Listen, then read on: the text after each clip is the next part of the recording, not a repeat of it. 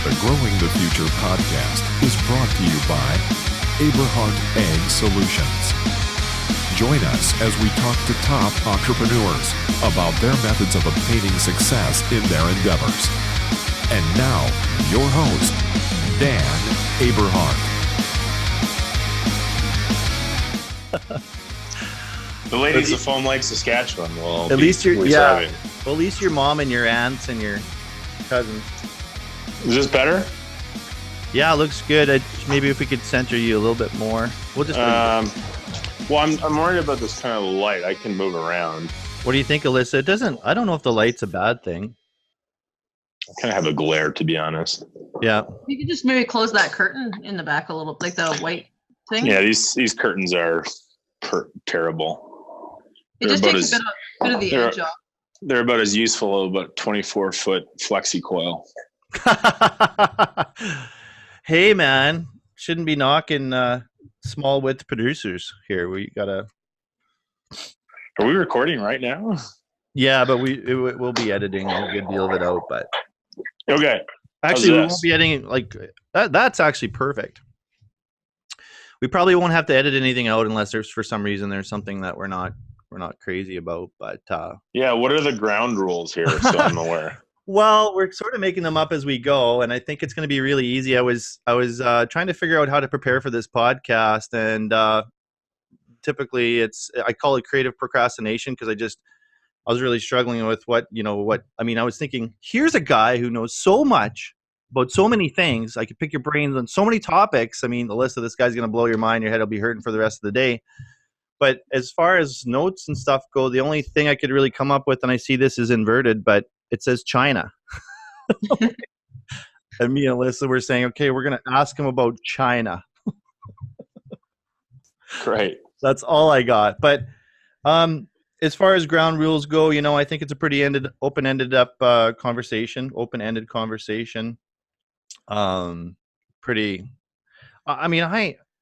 I guess the things that I'm interested in talking about today, we'll get to it, but I'm interested in talking about you and your business and your people and how you've grown that. As far as like timely market predictions and stuff go, I'd love you if you gave it some that when we release in May, we can test the veracity, the accuracy. Yeah, that's fair. We can say now when this is actually published, you can call me out if I'm right or wrong. Wouldn't that be something in May? Well, the thing is, like, people will probably they won't call me out if I'm right, probably. But if I'm wrong, they'll let me know about it. That's for sure. You won't get those messages that say, Brennan, thanks to you, me and my family are enjoying a very nice addition to our home because of your May call on canola. No, but I know a few yellow peas a couple years ago. I know a few people who built new cabins thanks to some calls. Wow. Hopefully they invited you over for a scotch. I think I got like a Coors Light, maybe. Coors Banquet. Yeah, help yourself. They're in the fridge. That's the good stuff. The beer that you helped me buy is over there. Help yourself. Yeah, exactly. I don't know. Do we have any ground rules, Alyssa? I don't know, like swearing or something like that. Well, you can swear if you think it's appropriate for you and your people to swear for whatever impetus. I can put a censor over it. I don't think we'd actually air it, but we would know that you had sworn something. I mean, I've said a few conferences and like presentations, and people are like, "Well, we swore," and I'm like, "Tell the organizers, I dare ya." Well, it's your brand, and I think things are a lot more liberal these days. But I know from my Toastmasters days, sometimes when you swear, I think the challenge is that it can detract from what you're saying. And yeah, no, for sure. Some people can find it minutely offensive and maybe lose track of the very important things that you're talking about. But as much as I've tried to have structure, like me and my brother have talked about it quite a bit. Oh, we should have some sort of structure, some format or agenda or some things that we do every time. I was thinking of having like lightning rounds, and I wanted to have like big buttons like the Mad Money guy. Bull, sell. But I don't know. I think the cool thing about long format podcasts is the opportunity just to have a really authentic conversation without any boundaries and sort of let it go wherever you want to. That's the cool part that I'm enjoying. Works for me. Yeah. Well, and I wanted to have you on because I do think that you're an excellent speaker. Thank you. And you're a very informed guy, and there's lots of things I wanted to pick your brain about today, and I'm really interested where the conversation is going to go. So I think, Brennan, it'd be great if you could just tell me and tell Alyssa a little bit about yourself and your entrepreneurial journey and how you got to where you are today, I guess is what we'll open with, just who you are, your companies, and what's been going on for you in life thus far. So my name is Brennan Turner. I'm the CEO and co-founder of FarmLead. I'm originally from small town Foam Lake, Saskatchewan, also known, if you drive by the town, it's also known as the best place in the world to live. It's got a sign that says so. That's another story. What's the criteria for that?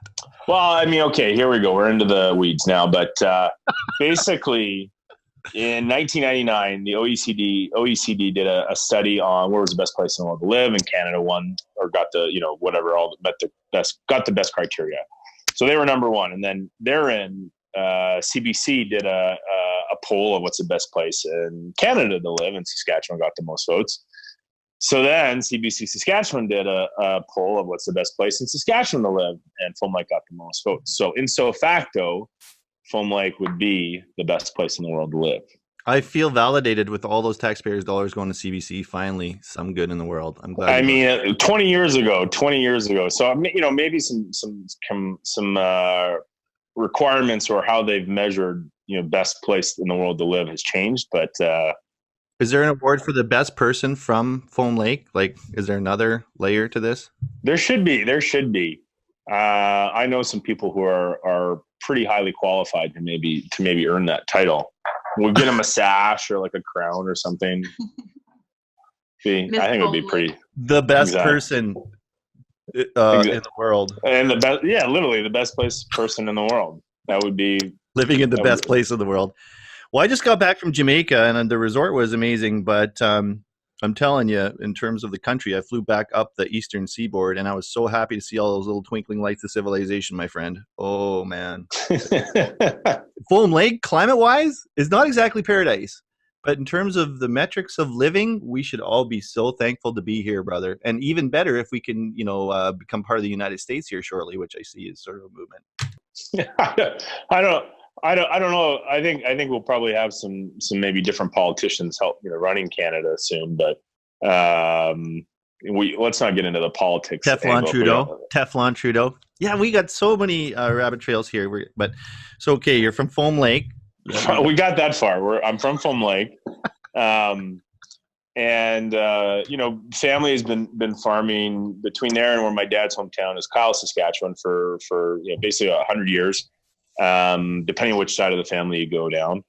Before that in Europe, and basically, I mean, agriculture's been, so in Scotland specifically, and then if you watch the movie Dr. Zhivago, which is I'm biased, but basically the best movie of all time. The kind of my family immigrated from what is technically northern Germany to what is now kind of Ukrainian-Russian border area, and started farming. And then in 1917, you saw the Bolshevik Revolution happen. And so what's yours is mine now. And they were kind of pretty well-off farmers at that point. And so with the rise of communism and kind of the fall of, the individual effort being rewarded, they decided after World War II to immigrate to Canada. So that was specifically my mom's side. And so first settled in Dundurn, Saskatchewan, where there was a lot of other Mennonites, and then eventually moved over to Foam Lake. And my grandfather, Peter Pankratz, was the mayor of Foam Lake for a number of years. And the families continued to expand and, married into other families, namely in Frontier, Saskatchewan. I've got some cousins down in just outside Fargo, North Dakota. So all in between first cousins, aunts, uncles, there's about 50,000 acres of production in Saskatchewan. And if I count the family down in North Dakota, there's about another 16, 17,000 that gets seeded. So we have, and it's all, technically, now through corporations for tax purposes, but it's all run by the different family members. And I'm involved to varying lengths in terms of thinking about grain markets and grain marketing. And technically, though, hockey was kind of my first passion in life.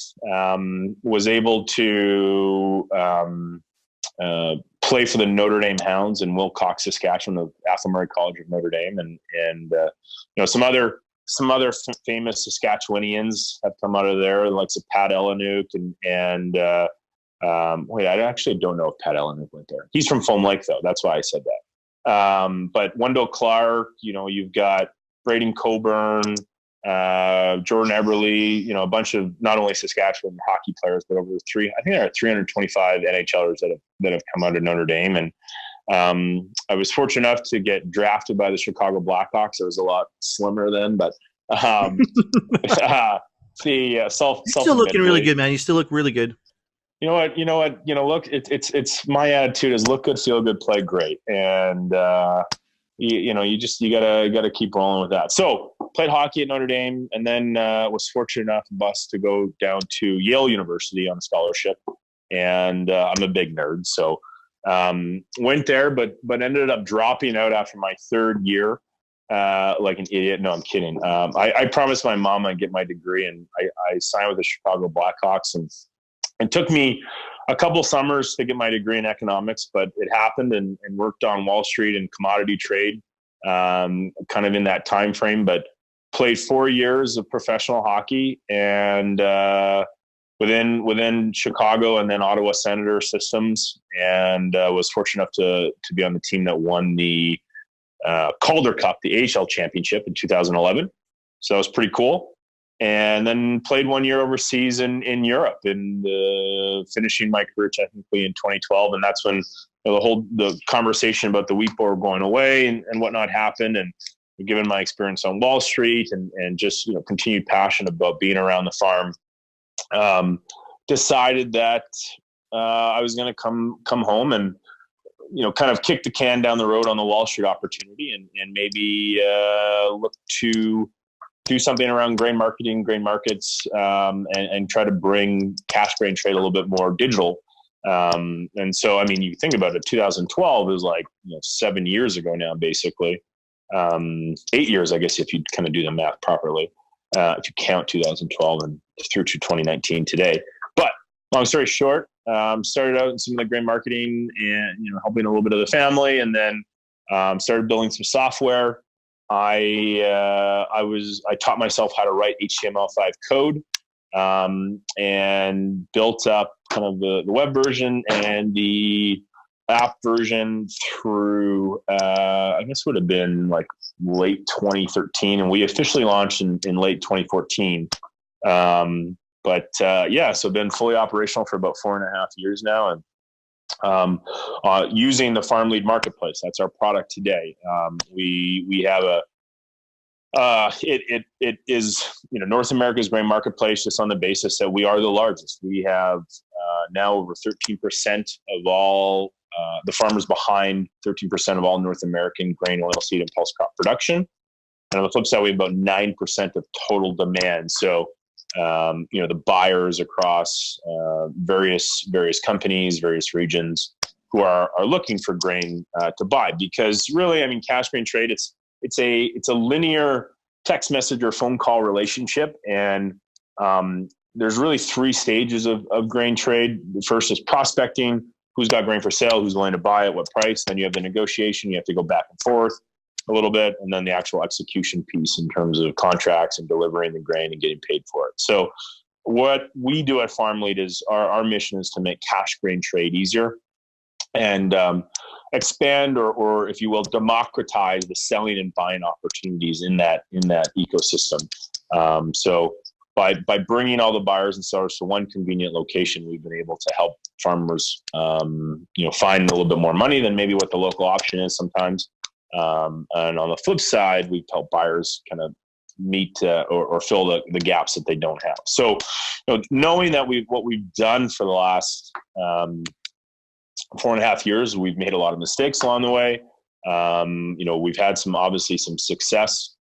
Technically, we've raised over $10 million US to help kind of grow the business. We've raised from venture capitalists in the U.S. and Canada, as well as some friends and family.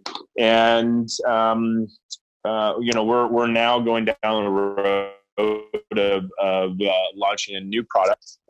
So by the time this podcast is aired, it's called Combine, and it's kind of a much more open environment, more of a kind of a social interaction of how a farmer manages his or her grain buying network, and on the flip side, how a buyer is able to prospect and negotiate better, just because they're not kind of calling or texting blindly to people who may or may not have grain for sale at a price that's kind of within that buyer's price point. So, long story short, I like hockey. I love agriculture, and I'm from a town not too far away from where you guys are. Did you meet Gordon Gekko when you were at Wall Street? Never met Gordon Gekko, but it's great movie in my opinion. And I'm not gonna lie, it's pretty. I'll say it's pretty accurate in terms of not only how it used to be run, but even if you saw Wall Street 2, Money Never Sleeps, or what's the other one, The Wolf of Wall Street. You know, there's a lot of. It's pretty intense, high flying, a lot of money, and to be honest, like living in New York and whatnot, like yeah, I can wear that hat if required, but it's just kind of not who I am, I guess. I was just brought up differently, and walking down the street in New York City and people are running into you, and it's like, you ran into me. Why do you want to fight? Like, relax here. Just say good morning and move on your way. Yeah. So I don't know. You could say that the building I lived in New York City, there was more people that lived in that building than my entire hometown. So kind of wanted to move away from that. Absolutely. I wanted to ask you, I'm not personally a big hockey guy, but one of the things that I'm envious of people that have been involved in sports, especially at some of the levels you must have played at, it must translate into some wicked business moves. I mean, you take what you learned on the ice and in the locker room and off the ice, being involved in professional sports. It must have taught you how to play the game in business. Yes and no. There's pros and cons to it, I'll admit. So I think the first thing, the thing that I've always learned, or I guess maybe brought with me, is work ethic and discipline. In terms, and when I say discipline, I kind of, I guess you could say, more focus on a word of just focus. Being resilient on that specific topic that you have to take care of or whatnot. So. Or subject, or whatever the job that you're doing. And I think that actually translates more from the farm. Both my parents, multi-generation and coming from the farm, and kind of the attitude that you work harder than you get paid, and then you kind of eventually get paid. And so I guess that's been handed down. And, I can remember from an early age doing various chores around the farm for my uncles, and then, going into hockey, it's, I was never the most skilled player, and I'm sure there's lots of people out there who will remind me of that. But I tried to work harder than everyone. And to be honest, going to Notre Dame afforded me the opportunity to literally do what I wanted in terms of like, hey, you want to go work out? Let's go work out. You want to get on the ice at 7 a.m. You're allowed to get on the ice at 7 a.m. by yourself. And they just provided the environment to succeed. But what I've learned, I think, is that you're the one that is really in charge of it. And kind of there's that great saying that luck is really just when preparedness meets opportunity. And being prepared as much as possible, I think, has put me in some, we'll call it, lucky situations. And being able to capture those moments and kind of use that as a platform to the next, goal, whether it be a personal or professional level. Now, on the flip side, and whether it's in farming or it's in hockey or on Wall Street, things can be pretty intense, right? There's a lot of, you're screwing up on the farm, or you broke something, or in the hockey locker room, somebody's yelling at you, or you're yelling at each other on the ice, whatnot. And then in New York and Wall Street, it can be fairly intense in terms of expectations and whatnot. So I'll say that moving over into as a CEO of a ag tech startup, or company now, as I prefer to call us, since we've been around for a few years. The reality is that you're dealing with people who are not used to that sort of intensity. They're not from that locker room or a trading floor or farm environment. And so I've had to, being as big as a guy as I am, and even a couple years ago I've always been this size since I was about 7. The point is that I have to be very cautious of my tone and my demeanor and my body language, because when your 6'3", 260+ pound CEO is talking to a 5'4", 125 pound developer, and if I appear intimidating, how aggressively will that person want to go hard and work hard and stay focused for the project that we're trying to achieve, or the outcome that we're trying to achieve? So I've learned over time that it's really important to more so be a listener, I would say, and be able to digest the other person's concerns or whatever they're talking about, and then be able to suggest or ask questions with perspective. And that's kind of become my mantra: listen, digest, and suggest with perspective. And it's just taken some time, I would say, a couple years worth, and unfortunately a couple bad experiences to learn that. But with everything, I mean, you choose to either elevate your game and learn from those experiences, or you continue to ignore them. So I'm a big fan of feedback, and we have a great culture here at FarmLead, and I think that's a function of letting people kind of own it, giving them their own voice. And in times of where there is kind of angst or frustration, like you would see in a farm or a hockey rink or Wall Street trading room, just basically opening the floor and saying, like, let's deal with this as adults and be calm and collected, and let's work through this and figure out where the middle ground is to solve the problem and move forward from it. CEO tip number 1, gleaned from the Brennan Turner Growing the Future podcast: don't physically intimidate your staff. HR organizations are cheering worldwide as this hits the internet. Also internally.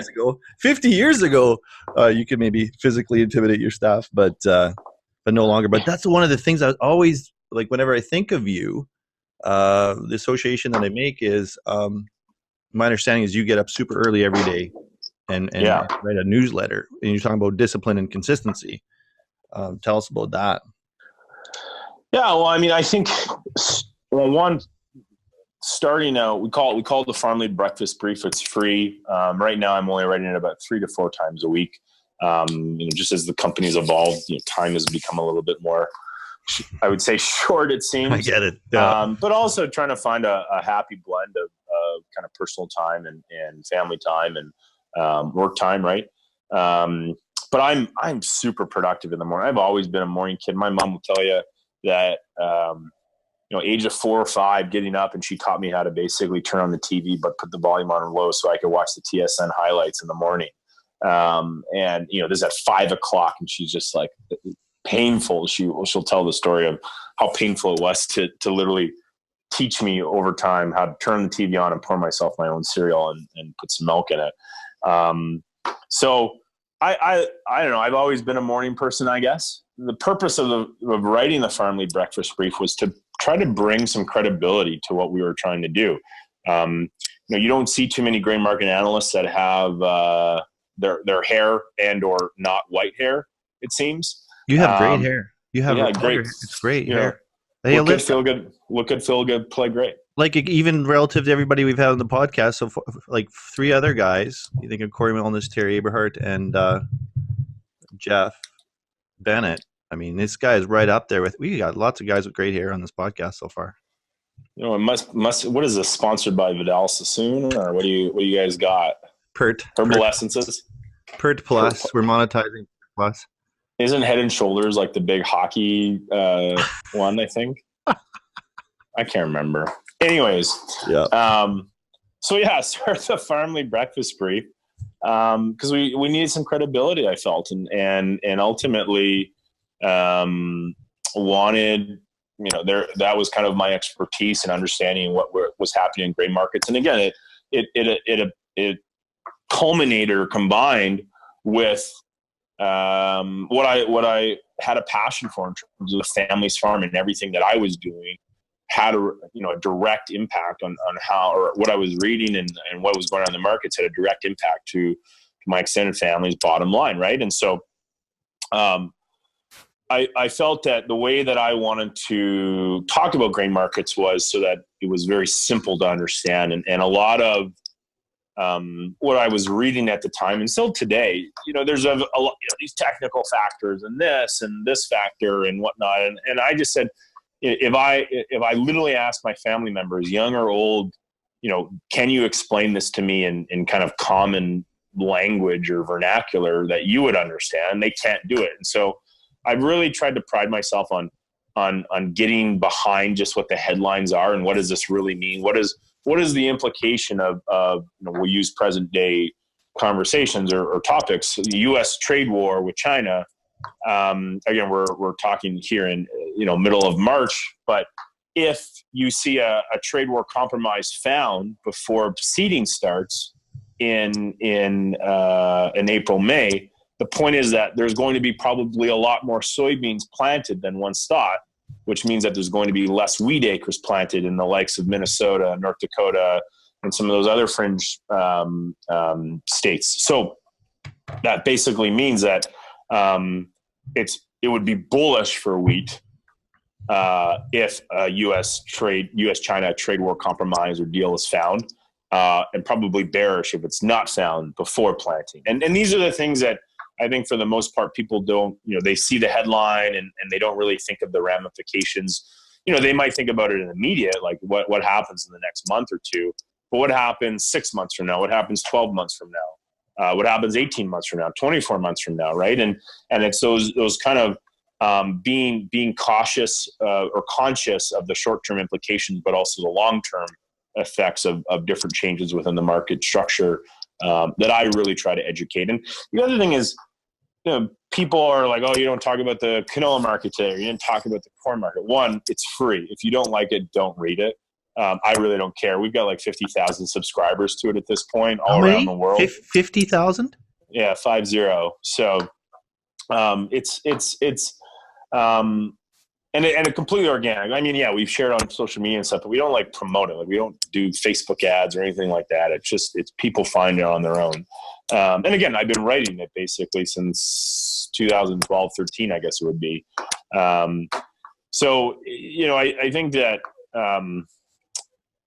the big thing is if I'm not writing about your specific crops that affect your farm today, it's a good chance that I will probably. I wrote it about it in the previous one, or I'll write it about it in the next one. But I don't think it's worthwhile to mention corn prices moved 0.5 cent today, or soybean prices went up 1 cent. Like that's really irrelevant. What are the actual things that are happening to the market and why? Right? What is the thing that's going to push corn prices up 10 cents or 20 cents, or soybean prices down 50 cents, or canola prices down $25 a ton, like we've seen the last couple of weeks? Again, talking here in the middle of March, but I think simplifying it, the KISS method, keep it simple, stupid, has always resonated with me, and that's the way that I've always tried to educate people about the grain markets. Absolutely. I love that. Brennan, break it down for me. Talk to me like I'm 5 years old, because that's about my cognitive, understanding of the markets on some levels. But how do you see the function of the markets versus how producers see it? And your companies, and you are essentially an extension of the functioning of the markets. How do you really view the markets on a macro scale here? Yeah, so that's a pretty big question. Right, but I know you can take this. I know you can. You got this, man. You got this. So if I break out, you have kind of really two markets, right? You have the first market is the paper market, and that's what everyone points to. They look at what's happening on the futures board as an indication of really what's happening internationally or nationally, right? So whether it's canola futures or corn futures in Chicago, it's kind of an indication of what's really pushing the market one way or the other. And that's, you have external players in those markets, right? You have funds, hedge funds, fund managers, speculators, and they don't really have a place in the market other than being a participant, and they provide liquidity. But unfortunately, that creates really aggressive moves to the upside and downside, especially when there's maybe not a lot of headlines, and volatility becomes a main component of how the market operates. And then you have the local market, right? This is kind of a function of what the local supply and demand factors are, right? If one of the crush plants in York and Saskatchewan goes idle for a few months, well, what do you think is going to happen to basis, right? Canola prices, net cash are going to go lower because there's just not as much demand anymore. And so the thing that I think about in terms of marrying it up with the second piece of your question of how do farmers think about it, farmers think, I think there's two areas that farmers need to focus on. One is their cash flow, and specifically as it relates to their cost of production. Are you just a yield farmer, or are you a return on investment farmer? Are you a profitable farmer? Because a lot of people like to brag about, I got 80, 90, 100 bushels an acre wheat. But if I ask them, what was your profit on that per bushel? No one can answer.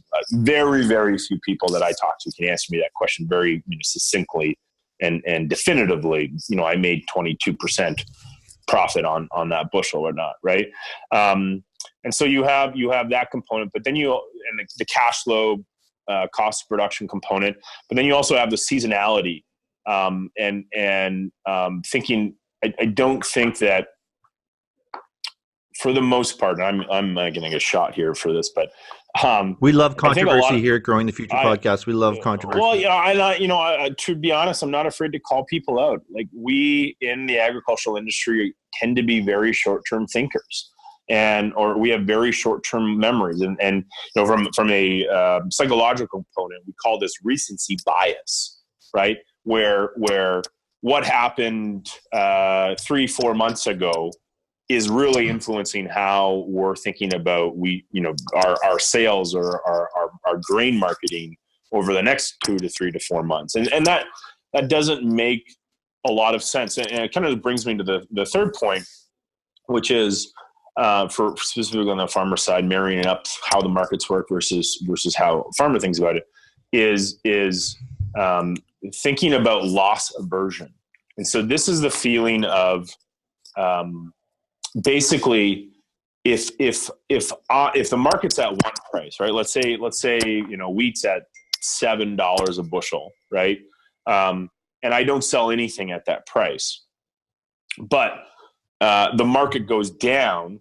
I have a bad feeling, right? It doesn't feel good when that happens, when I didn't do anything. Versus if the market's at $7 a bushel and I sold, let's just say 10% of my production of wheat at that $7 a bushel, and then the market goes higher, right? You kind of feel crappy that you sold maybe too early, but the point is you have more grain available for sale. And so the feeling of doing that versus doing nothing in the market pulling back, which feeling is worse? It's the latter. It's when the market goes down and you haven't done anything and you're kicking yourself and saying, I wish I could have done something. I wish I did something here.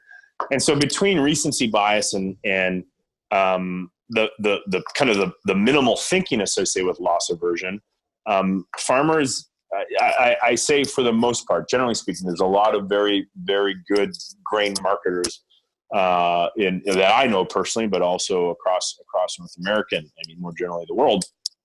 But they tend to be thinking kind of more short term and not necessarily always thinking about cash flow. And they tend to be hoping that the price is going to go up versus selling into that strength.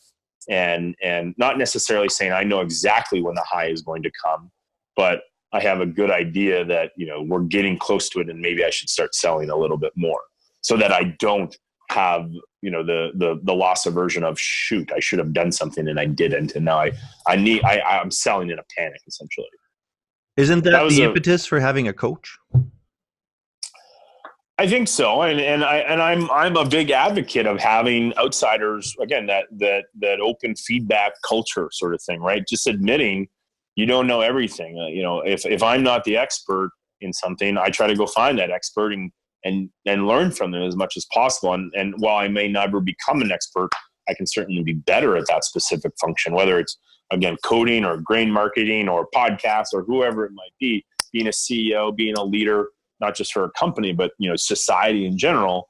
Who are the people that I can learn from? So any opportunity that you have to bring on an expert, I'm a big fan of that.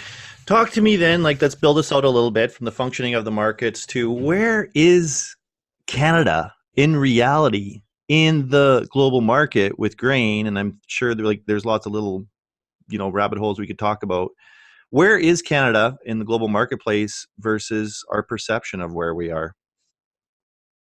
Well, I think the first kind of ugly duckling to talk about is the fact that we are actually a high cost producer in Canada. It doesn't necessarily feel like it because, again, we are focused on where we sit. Now, we're not necessarily always the highest cost producer, but in relative terms to some of our competitors, say in Western Australia or in the Black Sea countries, we're a high cost producer. And as we've seen some of those different countries start to come into some of the crops that we grow, we're talking about durum, peas, lentils. I'm looking at countries like Kazakhstan, Ukraine, Russia. The fact is that if in a globalized industry that we live in terms of commoditized grain trade, we are one of the higher cost producers in a lot of those functions. And this is, again, where it comes back to thinking about, do I need to be a yield farmer or do I need to be an ROI farmer, right? And in terms of what is the longevity and the sustainability and potentially the successional opportunities of my farm, am I thinking about that 5, 10, 15 years? And I mean, there's a lot of analogies that I can go into why it's important to think about soil health now, but I'll digress. I'm not the agronomist in the family. One of my cousins leads that for Cargill, and Janina Kura, quick shout out. She's awesome. Awesome. But the point here is that we are indeed one of the higher cost producers in Western Canada. Now, the flip side is that we are actually one of the best producers of food, generally speaking, right? In terms of the safety nets and the safety valves and kind of the checks and balances that we have within Canadian agriculture in general is amongst the most respected and coveted in the world. And so, I mean, quick kudos to a lot of the producer organizations, but also, some of the government organizations who have put a lot of these things together. And people recognize that if it comes from Canada, it's safe and it's a quality product. And I think, that's where we definitely have a leg up on some of these competitors from other countries, I would say. Now, not to say that they are not producing, potentially quality or safe food. The difference is that we just have a lot of checks and balances within Canadian agriculture that ensures that quality and can prove that quality. And I think, you're probably going to love this segue, but, in terms of the traceability and some of the technology that is now starting to be used in agriculture in general, just further cements that success of how well we are at producing food and the quality behind it. So, for example, we might be the first to blockchain it up in the world where it doesn't take 6 days to figure out where a shitty, a segment of the food chain came from. It takes 6 minutes. Yeah, so I think blockchain's it's this awesome buzzword, right? If you talk about it immediately, you're considered the smartest person in the room. I just did it. You're clearly the smarter person. Blockchain. Hashtag blockchain. I know it. I am a cryptocurrency superstar. I'm trading cryptocurrencies while we're doing this podcast. So the reality is that blockchain is a great solution, right? Sorry, I have to sell some Bitcoin. One second. I've done a full disclosure. I've traded a little bit. I'm playing Zelda on my phone. I mean blockchain. I mean cryptocurrency. Anyways, go on. Ripple's down 20%. Oh my gosh.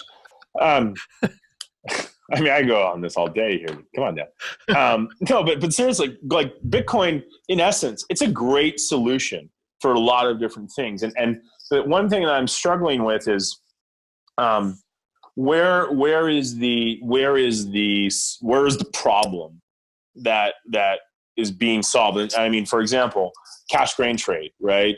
If I applied blockchain for payment processing purposes in terms of a contract and whatnot, is it really a problem? I mean, specifically in Canada and the US, defaults in terms of cash grain trade is literally about 1%. So out of a $200 billion a year industry, $2 billion a year might, default, but then we have the insurances in terms of credit, or not credit. Well, you do have credit insurance, but you have the CGC licenses and the bond associated with that. And then in the U.S., it's state level bonds with a North Dakota Department of Agriculture and whatnot, right? So there are protections in place already. And so if I think honestly about it, it's probably those government entities that are better served to provide a blockchain solution for payment security, right? Now you have the traceability component. And what about sourcing back to the farm? I mean, we've seen some malt barley blockchain initiatives. I mean, the Red Shed malting guys out in Alberta, they've been doing a great job about that. People want to know where their food is coming from, which is great. It's tough to say, okay, I grow 3,000 acres of barley in Foam Lake, Saskatchewan. This is how it's done. Because, each bushel of barley is producing, I can't remember the statistic, but how many bottles of beer, right? So what I tend to think about more so right now in blockchain is that before blockchain comes in, we actually need to agree on kind of a set of parameters and the language in which the information around kind of pre-harvest in terms of production, what soil was, what was the variety used, what was the recipe essentially to produce that crop, and how does that translate over to the post-harvest side, the processing, the purchase, the transport, et cetera, right? And we haven't yet been able to agree across the ecosystem that this is the language that we're going to use. And so it's kind of like, and I'll be the first to admit, like at FarmLead, I am the biggest fan of collaboration. I know that I'm not an expert in agronomy or fixing a piece of equipment or what is the exact kind of rate I should be applying this chemical or insecticide with, right? But I know that if this information can be shared more easily up through the value chain to the consumer, that's going to be rewarded in some ways. And today, I don't know if it's an extra premium. It's hard to say because it doesn't seem like anyone's willing to pay if there is sort of traceability. They're certainly willing to pay if there's an organic label on it or a non-GMO label on it.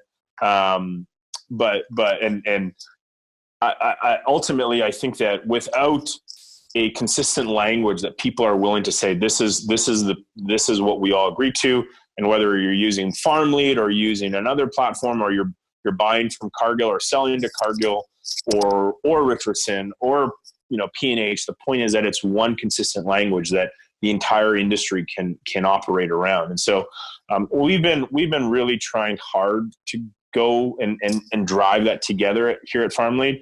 I think the challenge is that everyone is, if you talk to some of the bigger companies, like, we're going to control it, and then they each want to control it.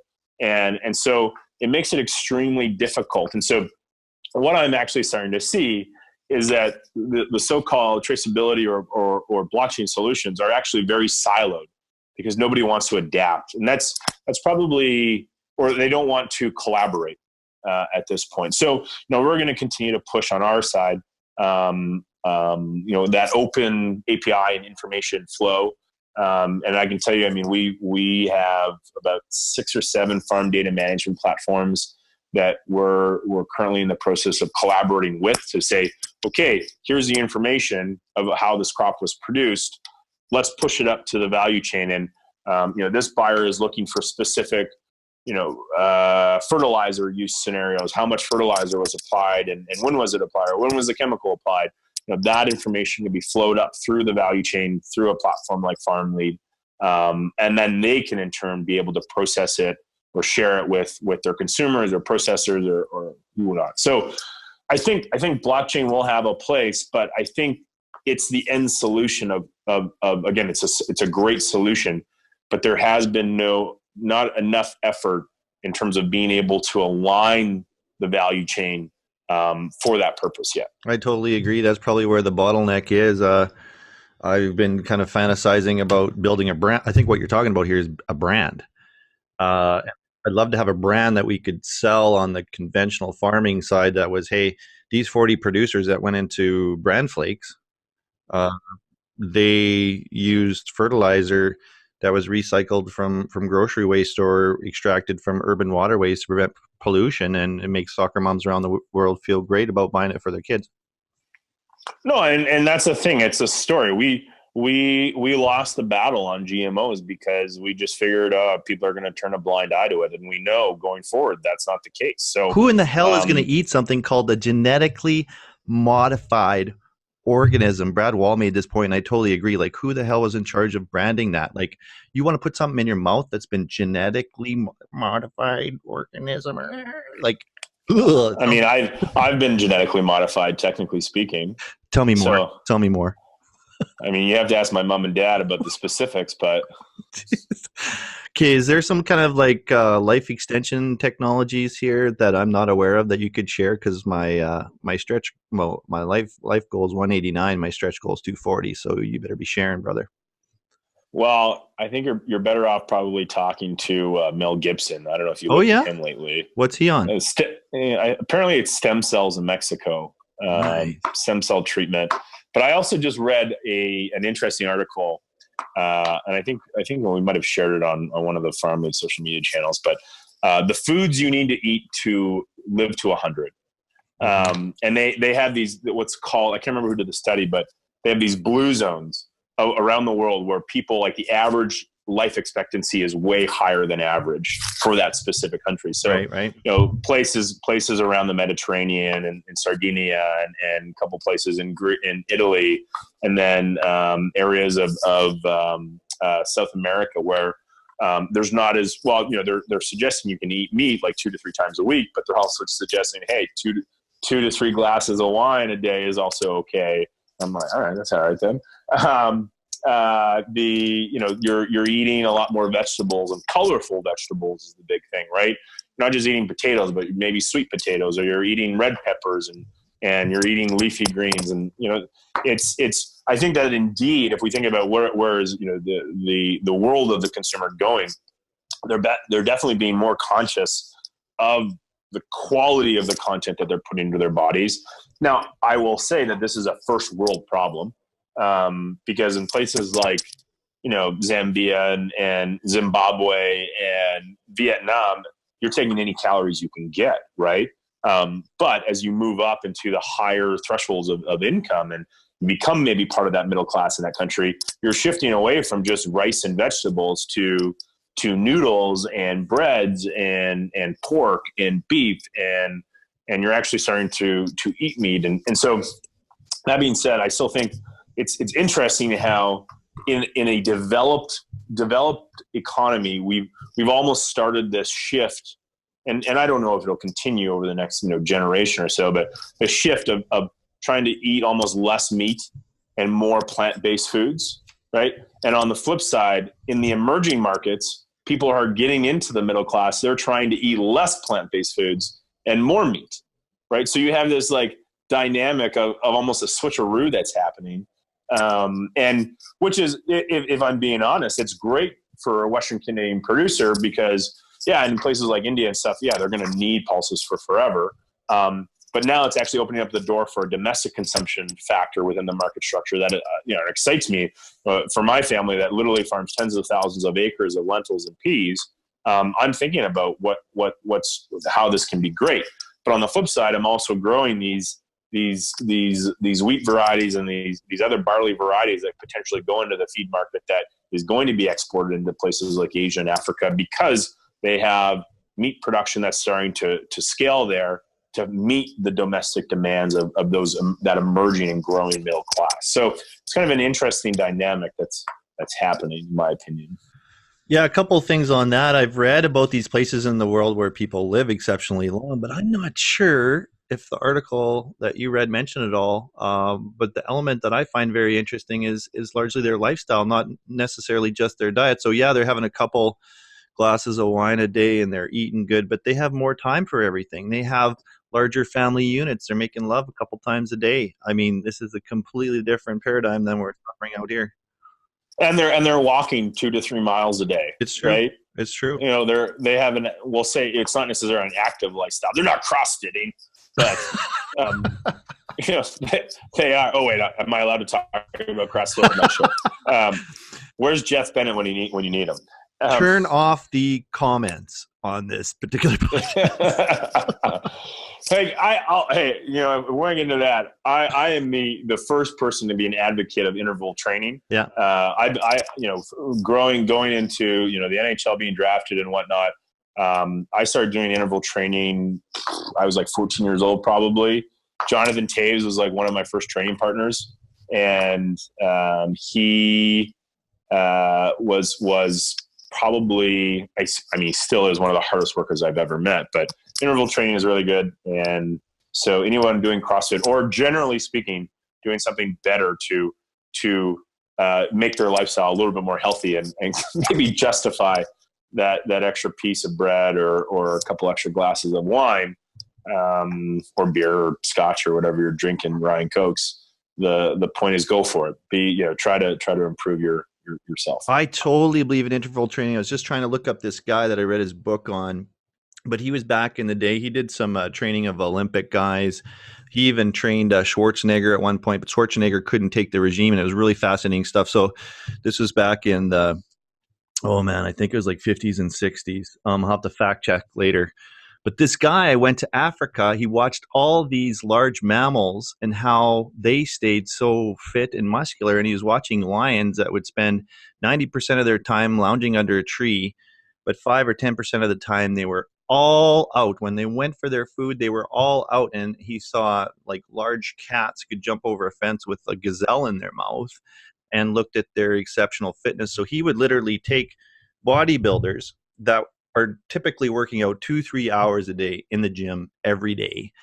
They'd fly in to see him. The first thing they would do when they got off the plane is, you're cut off. You're not doing anything for literally a week. And so they would just be fit to be tied because they're used to working out every day. But their body's actually got a chance to heal. And then he would put them through such an intensive regime, they'd be like puking after 45 minutes of working out, which, I mean, you can do. I'm sure you've got stories about it, but the muscles would tear and heal in such a way that he was competing on an Olympic level of bodybuilding with the guys that he was coaching, with sometimes they'd only work out once a week. It was extraordinary stuff. It was really interesting. I'll have to look that up, circle back, and put the link in the podcast. But I've trained with some elite athletes, not just hockey players that are currently in the NHL. I mentioned Jonathan Taves, but other guys like Cody Eakin and Darren Helm, and just some elite athletes. And it's recovery is of the utmost importance. Like, there's almost more emphasis today on recovery at that elite level than there is on the actual regime that you go through for working out. Now, further to that, like it brings up an interesting topic about like just general growth, like in athletics or kind of a healthy, again, coming back to the healthy lifestyle. The fact is that you need to stress your body to essentially grow those muscles, right? You cannot expand your strength or your stamina if you're not are kind of stressing that component.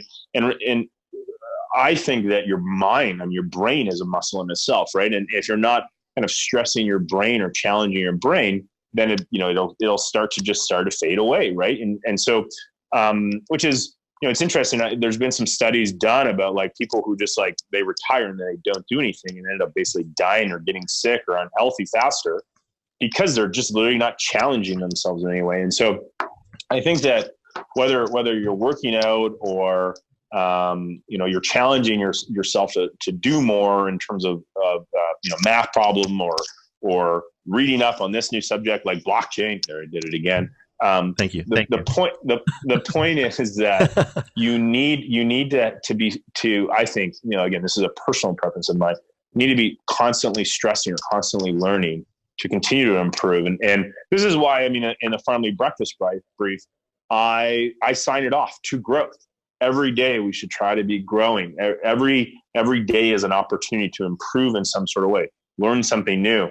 And one of my good friends who used to be in the NFL and now runs a money fund, he literally will usually start a conversation. Maybe we haven't talked to him for a few weeks.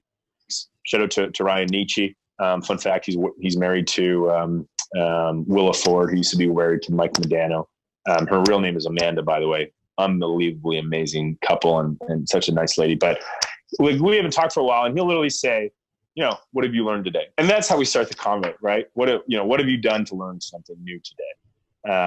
And that's what I think, that individual component of, hey, this is something new, whether it's a fun fact thing or whatever it may be, try learning something new every day. Well, on purpose, they say statistically, if you're above the age of 80, if you retire and you really don't have anything to replace that, I think you statistically won't last much more than 2 years. And if you lose your spouse, you won't last more than 1 year. So life, I think, again, going back to these areas of the world you're talking about, got this amazing lifespan.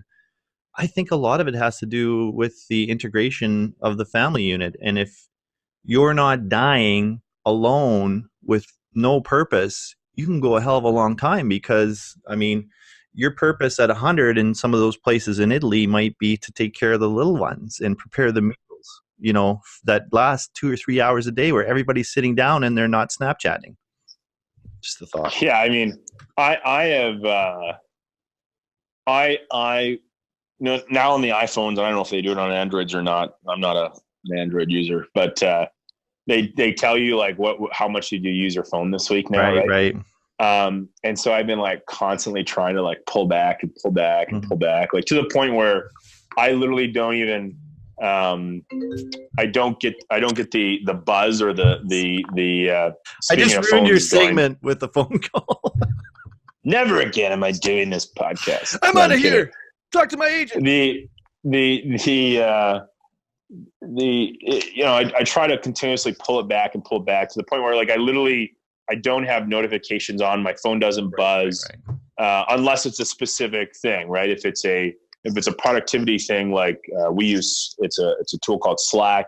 It's a communication tool, actually started by a Canadian, and the text messages, Twitter notifications, other notifications, it's all in silent. And I just say, okay, this is the time where I'm going to be checking email, checking notifications, and try to, again, keep the discipline, keep the focus on one specific task versus being distracted. Now, the other thing, like, so much we're talking about agriculture here, but the reality is that use of phones, and this has been suggested by numerous smarter people than me on this subject matter, but the use of phones is killing off our ability to interact socially and learn, especially for younger generations or the younger kids. They don't know how to date. They don't know how to call for a reservation. They don't know how to do all these different things that are required for a social lifestyle outside of, again, maybe just your family. And so it's kind of frustrating, and I'm concerned that over the long term, these productivity tools, so to speak, those are important, but at the same time, things are like I don't call them a net life gain. Like, what am I gaining from Snapchatting my lifestyle? I don't know. It's interesting to get information from the Twitter and whatnot. I don't have Instagram personally. And I kind of think of like, what do I gain? What am I getting out of this tool that is Snapchat or Instagram or Twitter or Facebook or whatnot? What am I gaining from it? Okay, I get to see other people's lifestyles, but therein it's like, okay, I know that's really not how they're feeling right now. Like that's a BS post that they just did because I know they're dealing with this, yeah. Right? And it almost seems fake to a certain extent. And I think that what I indeed try to focus on, to your point, is like those real right? I like to pick up the phone instead of texting people more often than not. And I love FaceTime, right? I get to talk to family members that I'm not necessarily in the same city as. I travel a lot, and so sometimes that's difficult. But instead of maybe reading Snapchat or worried about what my story is or whatever, or posting on Facebook every single day about how great my life is, like maybe I'm going to read this book instead, or maybe I'm going to read the subject matter of like what are the foods that you should be eating to live to 100, so on and so forth.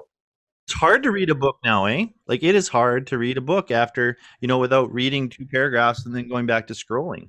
It's just. It's funny you say that, because I have a rule, and I read at least a book a month.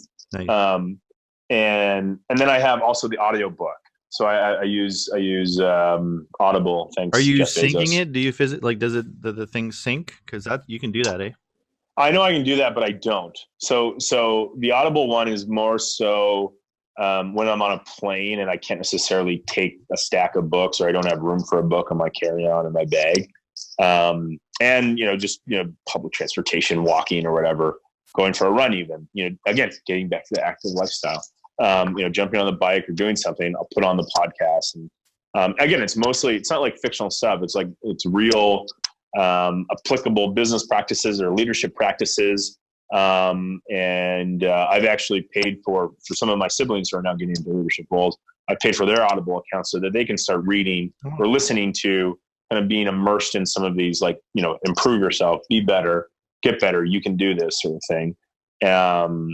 Some have taken advantage more than others. I won't name names, but see, the point is that I think reading is one of those things that it's just healthy to push away all the distractions, because when you're on the audiobook, you can easily just flip over into Twitter or your email or whatever, right? Right. Whereas I try to really focus on, when I am on an audiobook, I try to take notes.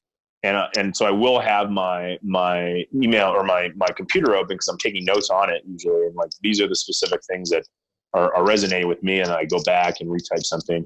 But in a book, I get to like literally underline it and kind of like, again, still take some notes, but it's something that like, it'll stay with me a little bit more. And I know that's just kind of how I do it. But I will say, we were also just in the Caribbean on a family vacation, and I read 3 books, so I'm kind of caught up so far. What are you reading right now? What are you reading right now? So I'm part of I was humbly asked to join a group called the Henry Crown Fellowship as part of the Aspen Institute last year in 2018. And so right now I'm reading a kind of a short book called The Executive Compass.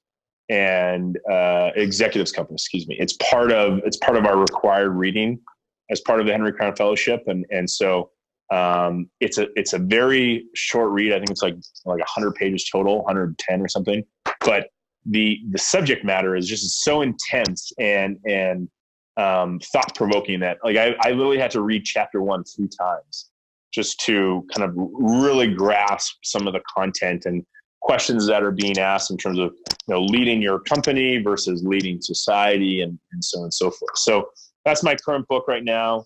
Full disclosure, again, it's mandatory reading for part of the group, but that's on the docket right now. On the flip side, I'm in the Oprah Winfrey book club. I'm so proud of you. You and my aunt. I'm reading Eat, Love, Pray, for the 7th time. I watched the movie. I'm a big Julia Roberts fan. So. Yeah, she was a big draw. I mean, she is a big draw. I don't know. She's an amazing, talented actress. Absolutely. Although I kind of feel like they undercut her significantly in Ocean's 12, but I did not see that. I don't know. I didn't really get those movies. She's literally an actress that I'm also a big movie buff. So is she gonna return as like the Aaron Brockovich that like kills glyphosate in the sequel? That would be interesting. Because it's not Aaron Brockovich on that particular tangent. She's getting paid good money to go anti-glyphosate. It's a good business to be a liberal. I'm sorry. God bless them. it's fun sometimes to have those conversations, but I know they're getting paid more than I do. Hey, we're entrepreneurs. We got to create that value before we ever get paid, and I'm still waiting. Work hard, get paid later, right? That's right. That's right. No, I love what you have to say about fitness and reading and stuff, and I think that's all extremely important. And I got a few book recommendations I can give you too. Moving back to markets and farming and all that good stuff. What do you think it is that producers are sort of missing the most, the first easiest lever they could push that you see the most common that you would say, hey man, you should be doing this? That's a good question. There's lots of different variables on the farm, right? I mean, we can control our application rates of fertilizer and chemical now. We can control our seed depth for the most part. We can control how much we're seeding per square foot, all that sort of dynamic. In your sphere of influence, the first thing that you're working with, the most common thing that you're kind of is like, geez, if farmers could just get this, it would make a world, like the 20% would make 80% of the difference, but it's commonly missed, or you just can't get people in that psychological. Is there something? Yeah. So I'm a mentor as part of the Advancing Ag mentorship program with Alberta Wheat and Alberta Barley Commissions. And it's only been going on for 2 years, but for the 2 years, I have intensely been stressing to people and these young farmers that are coming up and certainly going to be taking over, their family operations with their significant others or otherwise. I have been stressing, you need to know how much it costs. How much is this, like literally being able to benchmark these numbers of how much an additional spray is going to cost you and how does that affect the bottom line? Or what is the cost of production on oats versus canola versus barley versus peas or flax or whatever it might look like this year. You need to have something to anchor on. And further to that, I wish people would write this sort of information down more and save it and constantly look at it. Because when you're constantly reading information, and it's pretty much the same information over and over again, it stays with you. Right. I'll give you a quick example. And this is what I share in a lot of my presentation or my speaking circuit. I, in grade 12 at Athenmore College of Notre Dame in Wilcox, Saskatchewan, great school. Shout out to the Hounds. I wrote on a Post-it note my goals for that year, my grade 12 year. Number one was to get an NCAA Division I scholarship. And my number two was to get drafted to the NHL. And I knew that number one was probably going to happen. I was talking to a lot of schools and whatnot. But that number two was the one that was almost more important, kind of like from an ego perspective, I guess you could say. But number one, I knew that, if I got a college scholarship, education's paid for, don't have to worry about a lot of other stuff. And it was a constant reminder. Every day I opened up my locker in my bedroom, I had to look at this piece of paper, and it constantly reminded me, what am I trying to achieve? What am I trying to go for? And so coming back to the mentorship component is, if you are constantly looking at your cost of production or the numbers associated with it, sometimes it's hard to look at, but it's a reminder of, okay, we gotta watch this part or we watch that part, because at the end of the day, I come back to what we started talking about at the beginning of the podcast, is understanding what your cost of production is and how that relates to your cash flow. You can understand, okay, if wheat is at $7.25 a bushel, I'm going to be making this much more, and this is what it translates to per bushel. And maybe I should even be contracting some of new crop because I know that I can produce this crop for $6 a bushel or whatnot, right? So understanding that number and being able to talk about it very definitively is probably the one thing I wish more producers could do. And the thing is, we hear it all the time from so many other market analysts. I've got lots of friends, and so do you, who talk about cost of production. You need to know your cost of production. That is my number one rule when it comes to grain marketing. If you don't know your cost of production, your grain marketing plan is going to be just as worse. Do you have an element of your companies that helps producers discern that? So we have there's so many, to be honest, we don't. we have what's called Grain Marketing University, and we have a lot of different resources in there. And we point to a lot of, here's a cost production template. I think Alberta Agriculture has a great one. Manitoba Agriculture has a great one. There's a lot of different tools that are out there. But even at the same time, I can tell you that every single farmer's accountant or bank that they use has some sort of tool that they can get for free from these people. And then now there's a lot of other tools that you can pay for, farm data management tools or farm management systems that are digital, where you can track a lot of this information. But the point is that it's not that hard to get access to a template to say, let's put in a couple of these fillers. And so I can tell you that one of my mentees, he pulled it off of, I think it was Alberta Agriculture. Yeah, he got it from his accountant. And we just kind of like played with a couple of the scenarios, like, okay, what if we produce 25% less, or what if we produce 25% more? What is, basically some of the variables and basically keying into the spreadsheet. What are the couple of the scenarios that were happening? What if we have to spray an extra 2 times more than we're expecting? How does that influence the bottom line? And just starting to get a very good understanding of how these numbers can be impacted so significantly very quickly. You become a lot more comfortable with your operational skills in terms of a balance sheet standpoint. So, the kind of the rule of thumb is that somewhere between 45 to 50% of farmers are great farmers in terms of growing a crop and managing their soil health. Another 45 or so percent are great mechanics. They can fix pretty much any piece of equipment out there in the world. And then there's like 5 to 10% of farmers who are people who think about the numbers and are obsessed with it. And so it's tough, in my opinion, to kind of be one of, all three of those at the same time. And this is, again, maybe coming back to the stress. Maybe what is your goal for 2019-20 crop year?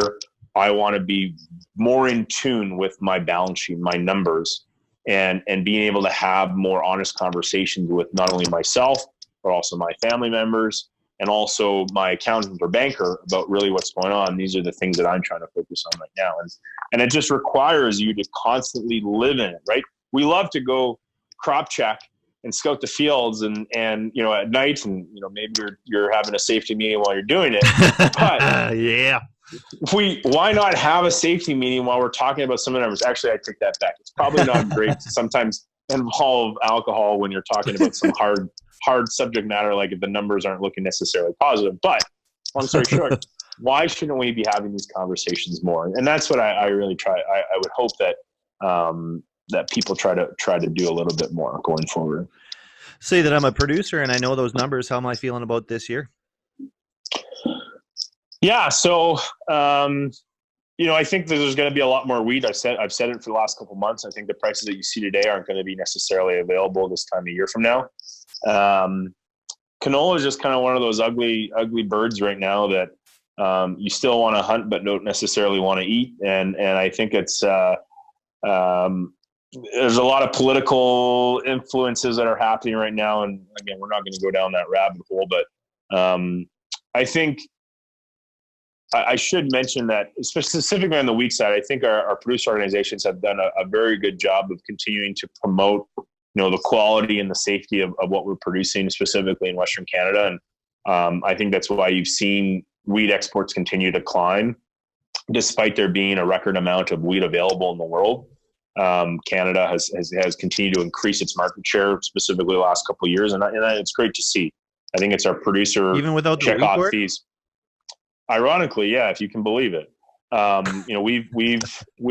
think you needed a couple of years of understanding the market dynamics and people figuring out what will work and what will not work, and we're starting to now see some of the success of the strategies implemented a couple of years ago now starting to pay off. And that's the thing we have to continue to think about, versus the recency bias of, oh crap, we're not selling into this market as much anymore. Italy, for example, in the durum market, it's like, okay, what else can we sell into? Where can we go with this market? So, that being said, India and pulses, like that's such a quagmire that and gong show, for lack of a better fact.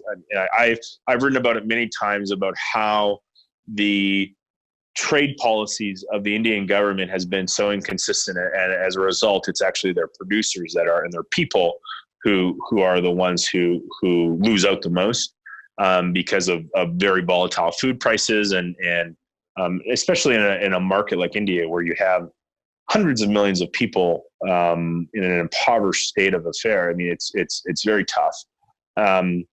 So I think unless you see good monsoon rains this June to September in India, you're going to continue to see those tariffs on pulses. But more generally speaking, I think that the demand for pulses will continue to grow. So that's a positive. And I think generally the demand for feedstuffs is going to continue to grow. We mentioned how the demand for meat in emerging economies of the growing middle class it's not going to stop, in my opinion. So I think that you're going to continue to see that. And because a lot of these countries are just not self-sufficient when it comes to agricultural production and food security, you're going to have to continue to rely on players like Canada and the U.S. and the Black Sea and some of these other places like Brazil and Argentina to be able to produce that. So I think it's easy to complain about what we don't have or what we did have a couple of years ago and how it's changed, right? $13, $14, $15 canola, how we had $9 and $10 wheat the first week of July 2017. And it's easy always to point back to those records or those amazing scenarios where, yeah, we're going to buy a new truck and we're going to buy, a couple of new bins and whatnot because things are so great. But one of the things, my grandfather, he wasn't around for a long time before he passed, but literally coming from that scenario where you lose everything overnight when the Bolshevik Revolution happens. Mm-hmm. The fact is, things can change very quickly. And there's two rules that he always kind of had said, and it's passed down now. The first is always expect always expect the unexpected. And the second is pay yourself before anyone else. And so, I come back to cost of production. You should include something in there in terms of paying yourself, whether it's, $10 an acre or $15 an acre, account for that, or $20 or whatever it might be. The point is, think about what am I accounting for in my cost of production that's going to literally meet my personal and family needs to live. And a lot of people don't do that. They just think about crop inputs, cost of land, equipment, depreciation, et cetera. I think about, okay, I'm going to pay myself when I grow this crop as well. And so I think that we're still going to be generally profitable as a farmer. We won't be certainly as profitable as we have been in the likes of 2013 or 2012, or again, kind of 2 years ago. But I think that there's going to be probably some swings in the 2019-20 crop year over the next kind of 12 to 18 months where you're going to have an opportunity to sell. And instead of thinking to yourself, well, I think it could go even minimize your loss aversion by saying, maybe I should sell something here. Because if it goes higher, I still have some left to sell. But if it pulls back, I'm going to be kicking myself again. And that's a tough one. It's just willing to commit a little something when you do see an opportunity to the upside and sell into that strength, so to speak. Because nobody knows exactly when things are going to turn. But I can certainly say, and again, I do it in the breakfast brief, that things are looking kind of bearish now. Are we at the bottom? Are we going to be on the upturn at this point?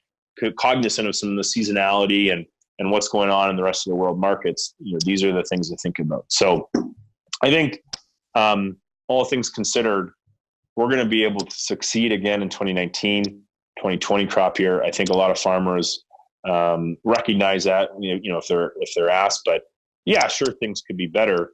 But in these scenarios, the things that could be better are outside of our control. They are geopolitical factors. And so with that in mind, unless you're specifically involved in a producer organization where you're coming to Ottawa and you're lobbying people, or you're going to Washington, D.C. to lobby people, maybe focus on yourself. And again, what can I improve this year? How can I improve? What are some of the goals that I would have for my operation, my family, and my own personal self? What am I trying to improve? And try to focus on that when there's so many other factors that are outside of your control. That's right. There's things that are our business, and then there's things that's God's business, and you can do nothing about. Do you have an opinion on the seed royalty thing? I've been trying to read up on it, and I just haven't found the time to really gather a full opinion.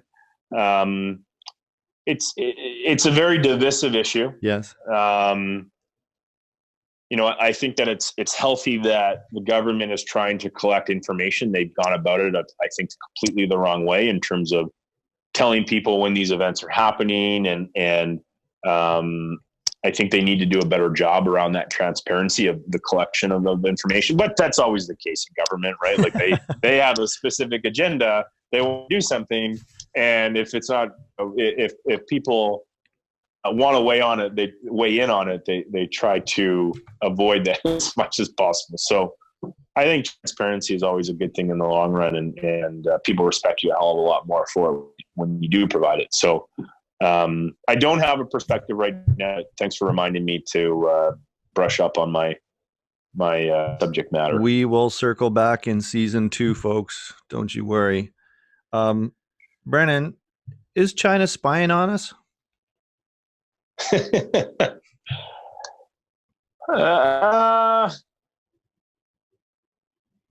Yes and no. The reality is that the device in your pocket or on your TV is probably spying on you more than a specific government. I'm very aware of how we are tracked as individuals today across the internet, or just generally speaking, moving from one point to the other.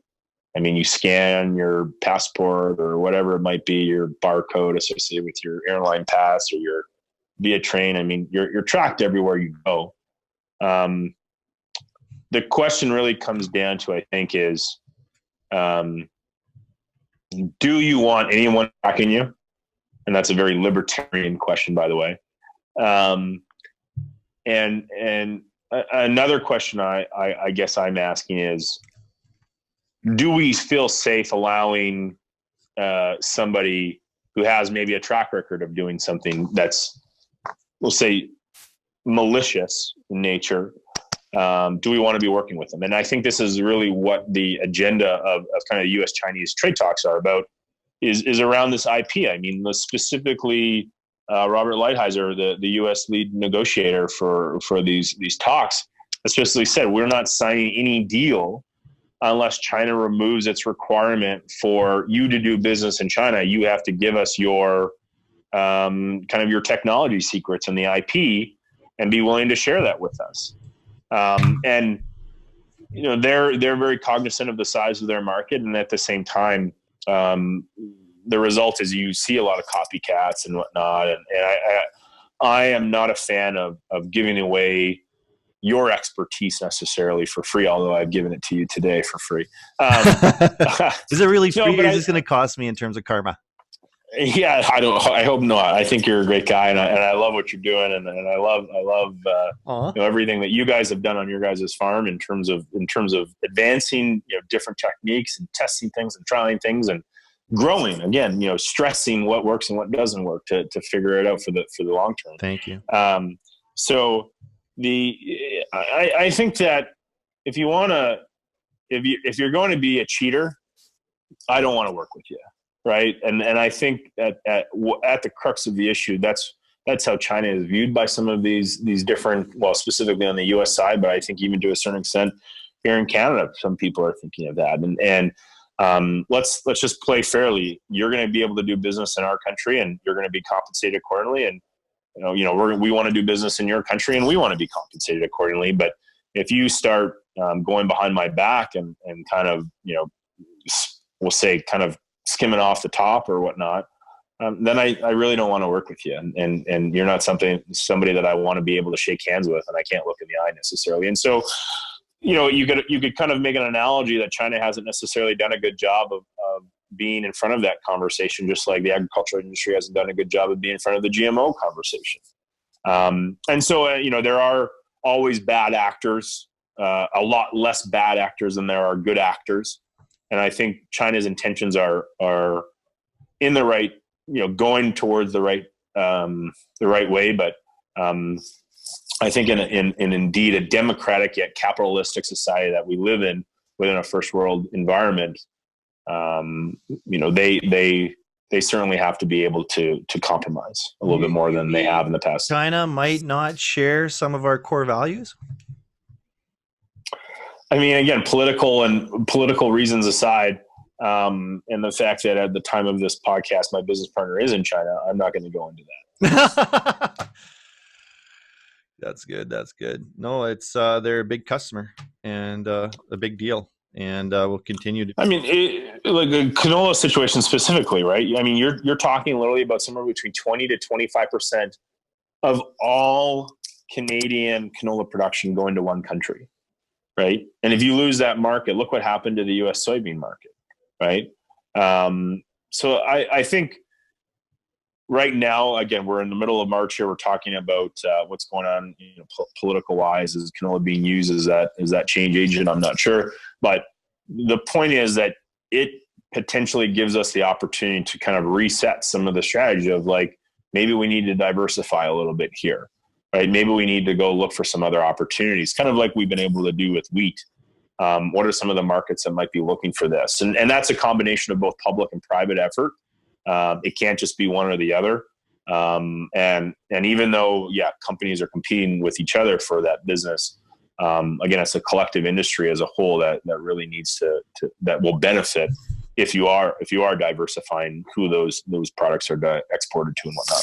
Do you think Clubroot's going to change the game if we're going longer rotations? Would that have an effect on volume at all?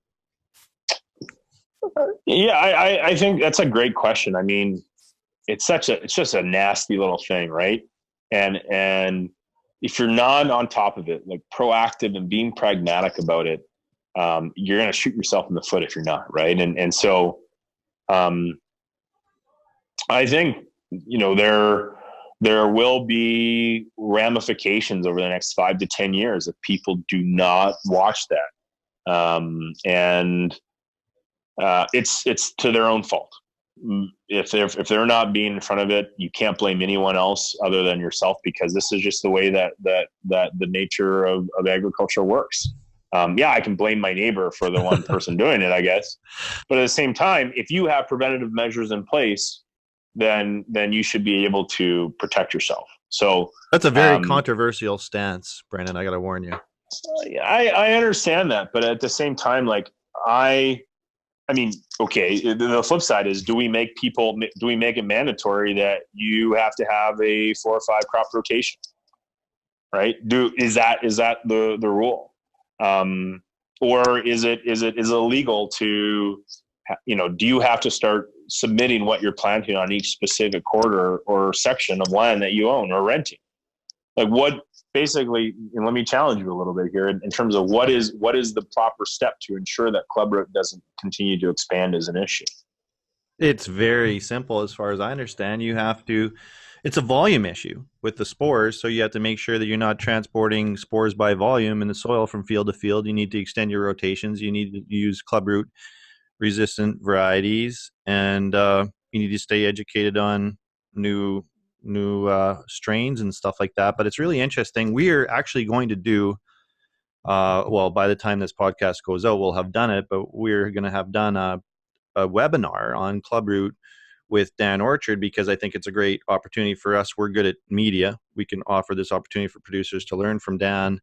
I don't think he's done a public webinar yet where people can ask questions in that format. Of course, my capitalist motivations are that a lot of people have been saying that there happens to be clubroot in the product that we're distributing for various really, really weird sort of conspiratorial. Interesting. Yeah, like weird conspiratorial, easy to pick on things like, oh, there's cauliflower, broccoli in the grocery waste, so it could end up in our product. And we like people have suggested, like, which I find really interesting, like ethically that we would be spreading clubroot. But anyways, Dan Orchard said, it's really interesting because it's like going to your doctor and your doctor says, hey man, you got to quit drinking, you got to quit smoking, you got to quit staying up late and driving too fast and kicking your dog or whatever you do in your life that's unhealthy, or you're gonna die.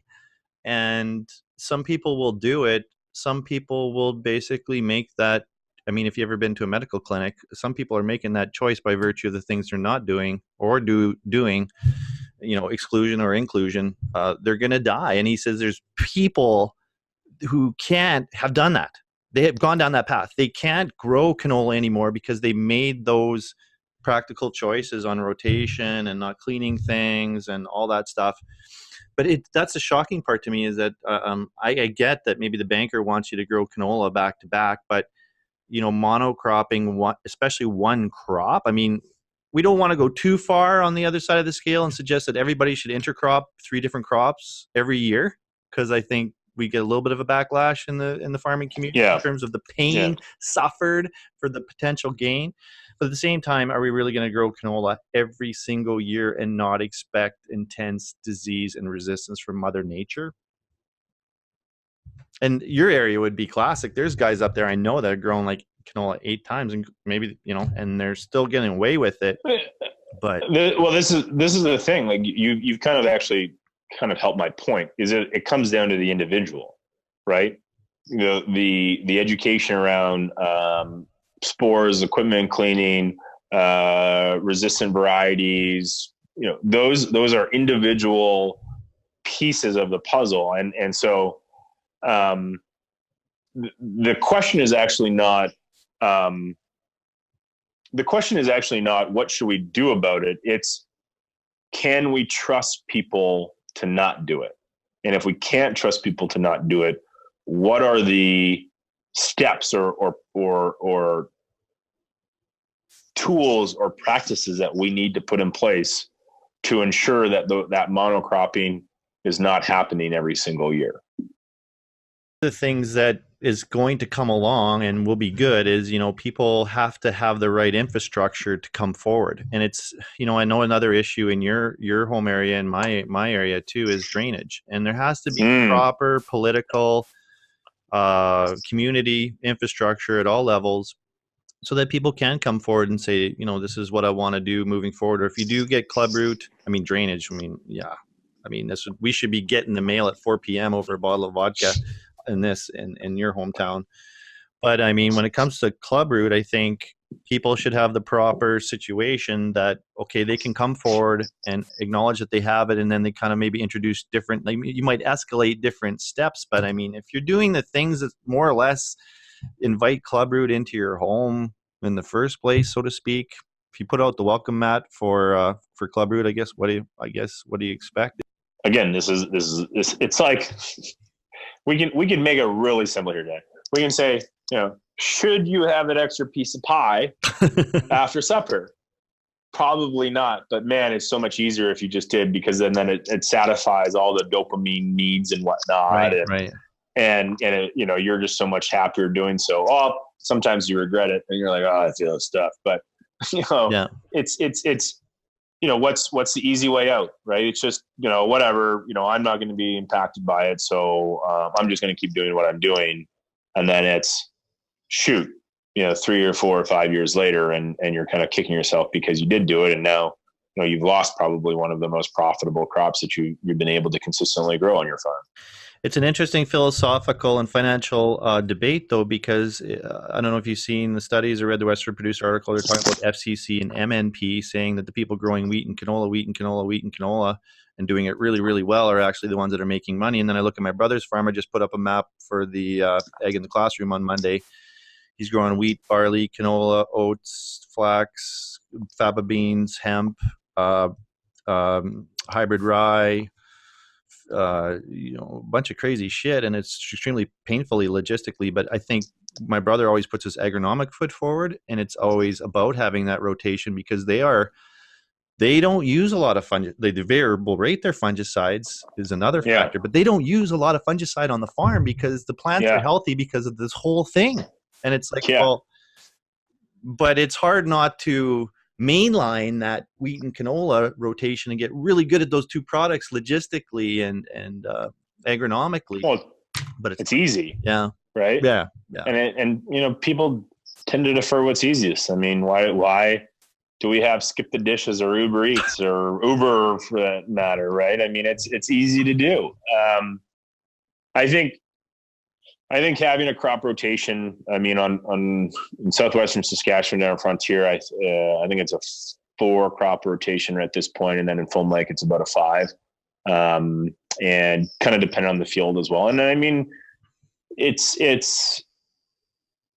we think of it again from a long-term perspective. What are we gaining, right? Trying to avoid that recency bias. What is the best for the long term, the sustainable health? Drainage, probably more of an issue that we're kind of frustrated about than anything. In Foam Lake, I mean, in Frontier, that's the Palliser Triangle. It's drier than, I won't say what, but it's dry. Although, I mean, you've seen we cut mustard that's like 9 feet tall, because that one year, I think it was 2016, 17, when it got so wet. Mm-hmm. What was that? 3 years ago now. So I think like it's just a matter, and to your point, like we can make money off of that. Like we're doing well. And I think if you were to consider, again, elevating your game, going outside of maybe the comfort zone of wheat and canola, you'd be surprised of like how profitable you can be in some of those other crops. Now, indeed, if you're farming year to year and literally, the banker says this is what you're going to need to produce in terms of being, in terms of money and dollars to be able to survive another year, you go back to the old faithful every single time. I know a fella from the county where clubroot was first discovered by Dan Orchard in Alberta, and he's still alive. He's pretty happy and healthy, and he actually said they don't do a lot about it, and they're still giving her. But anyways, you touched on something there. I want to drill down because I know you're the guy on this. So Uber. So Uber is so strange. My brother, he just raved about it. I was resistant to it. It's almost like I don't want to start texting. I don't know why I was resistant to the technology. But what gets me is it's such a subtle difference between calling the cab company, waiting for the cab, getting in the cab, paying the guy. All Uber does is sort of like streamline and simplify that thing. But it's absolutely a phenom in terms of, how customers rave about it. And this digital disruption thing, I'm not sure. One of the things, if you're familiar with Peter Diamandis's, the 6 Ds of disruption, digitization or whatever, that stuff is crazy. So I see this curve happening in a bunch of things in agriculture, Brennan, and it's kind of like, whoa, it's like you can barely see the shark fin, but it's about technology doubling and doubling at very small scales. But then if like one analogy that I really liked was Kodak, where digital photos, they're never going to be a thing, and for years and years the digital photos were doubling, and then boom, I mean, Kodak, blockbuster. Just it's digitization, deception, disruption, demonetization, dematerialization, democratization. I mean, you said those words at the beginning. You've probably read this guy and get this. I've talked to Peter. Oh, sweet. I love it. Yeah, I got to get into that Abundance 360 thing. So where I'm going with this, I know sometimes it takes me about 3 minutes to ask a question and interject my own thoughts, but automation, marketing, inputs, agronomy. Did I say agronomy? Eating. I mean, where are we at? And you're literally building companies plugging into this. And talk to me. No, it's the future of ag, right? I mean, so my business partner, Alain Goubeau, super smart guy, smarter than I. He was literally at McKinsey and Company, the big consulting firm, on the global ag strategy team. And part of his job was to look at, basically define what is the world of agriculture going to look like in 2040, right? And we've had some raging debates because he comes from mostly a dairy farm in Eastern Ontario, where again, I'm cash grain, right? And I think the thing that's most interesting for me is the automation component. I'm a big math and physics nerd. I was a couple classes away from getting my physics minor at Yale. But if you've ever seen the movie Interstellar with Matthew McConaughey, absolutely, not to be confused with Dazed and Confused, but he's a much brighter individual in Interstellar, and the tinkering of an automated harvester, tractor, grain cart driver. I mean, those grain cart drivers are going to be in desperate need of a job because there's not going to be a lot of jobs available for them just based on the way that tractor reformatting kits and stuff are starting to come out to make your tractor autonomous. I think that's probably going to be one of the first waves that is acceptable. But you touched on how technology and adoption rates double and double. And this is actually called Moore's Law. He was a professor at either Berkeley or Stanford. I can't remember which one.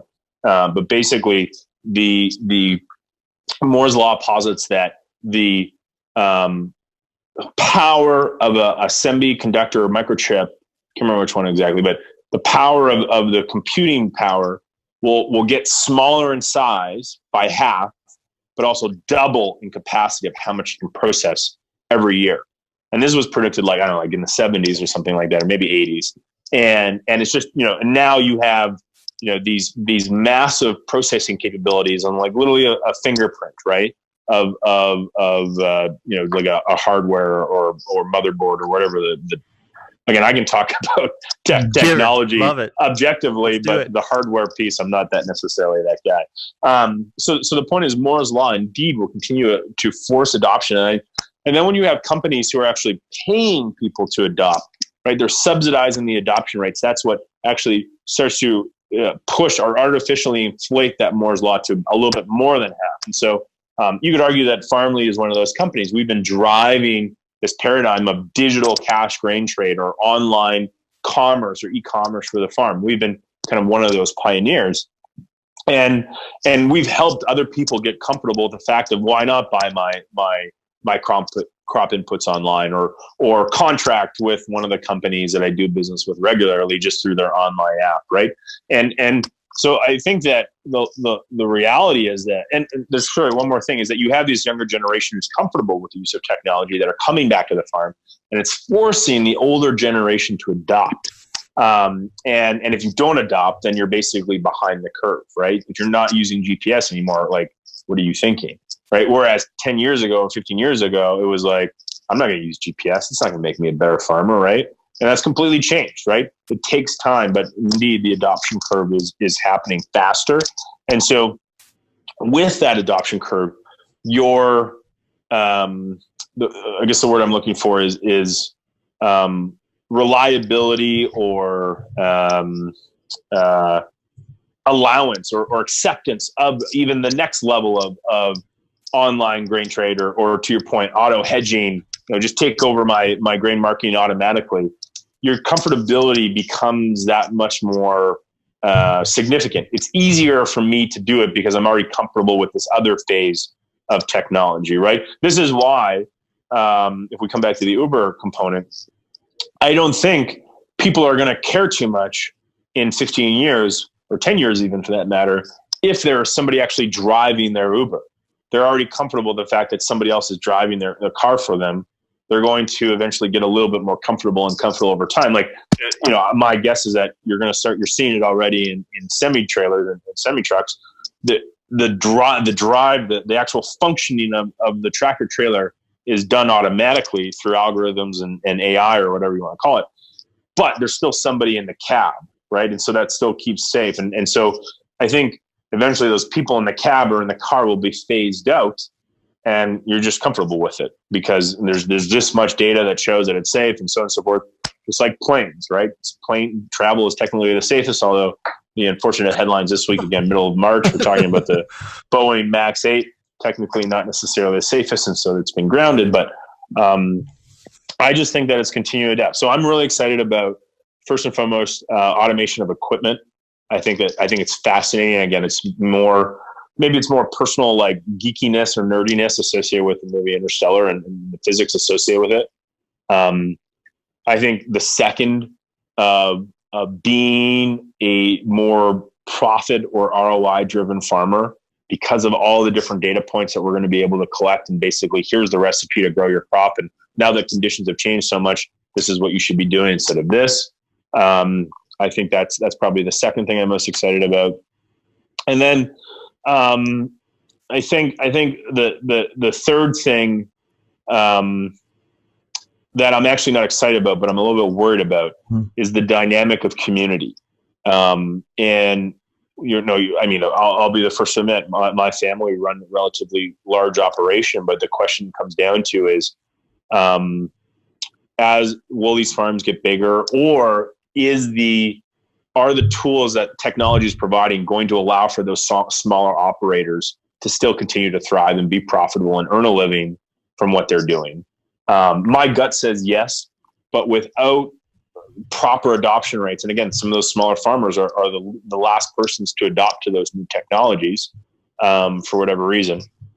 The point is that the individual community, your agricultural community, your small towns and whatnot, what might happen to them and what are the impacts of that? I mean, you've seen it a little bit in places today where, the dilapidation of small farming towns across whether Canada or the US and kind of the unemployment rates and whatnot that are there, and just general population. It's a negative thing. And so, except for Foam Lake, which is like the number one place to live in the world.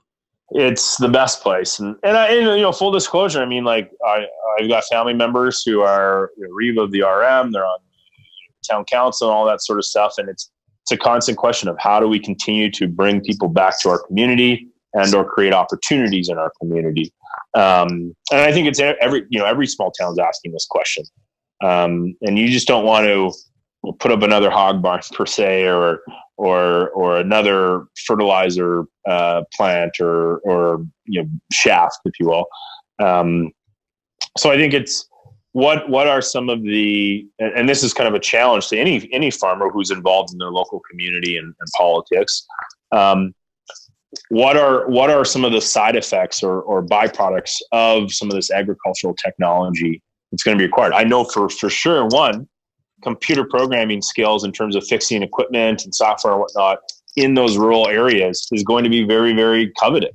Today it's coveted, right? And so if you're able to send your kid off to school, in addition to going to the University of Saskatchewan, getting taught by Bill Brown, a guy that I know well, you should also be looking at, in addition to your agricultural agronomy studies, look into doing some computer programming classes, because that's not going away. Even the simplest language typing skills of how to potentially navigate a computer system or be able to speak that language is going to become so much more important than it is today. And even if you think about from our parents' perspective, right? That didn't even exist 25 years ago, basically. So what is going to exist 25 years from now? If you know that the language of the future is going to be in code, then should you not be able to start to speak some of that language? So those are some of the things that I think about from a small town and the future of ag and the excitement, but also, here's what I'm also cautious of. It's a dense subject, and I agree. I mean, I've got conflicting feelings, but overall, I mean, I saw when we introduced the 4920 John Deere sprayer in 2005, and that thing sunk and it had issues. And God bless John Deere, by the way. But I mean, it was literally one of these things. Does this make sense to have a really heavy pig of a machine that we're relying 100% on to put our crop protection products on with?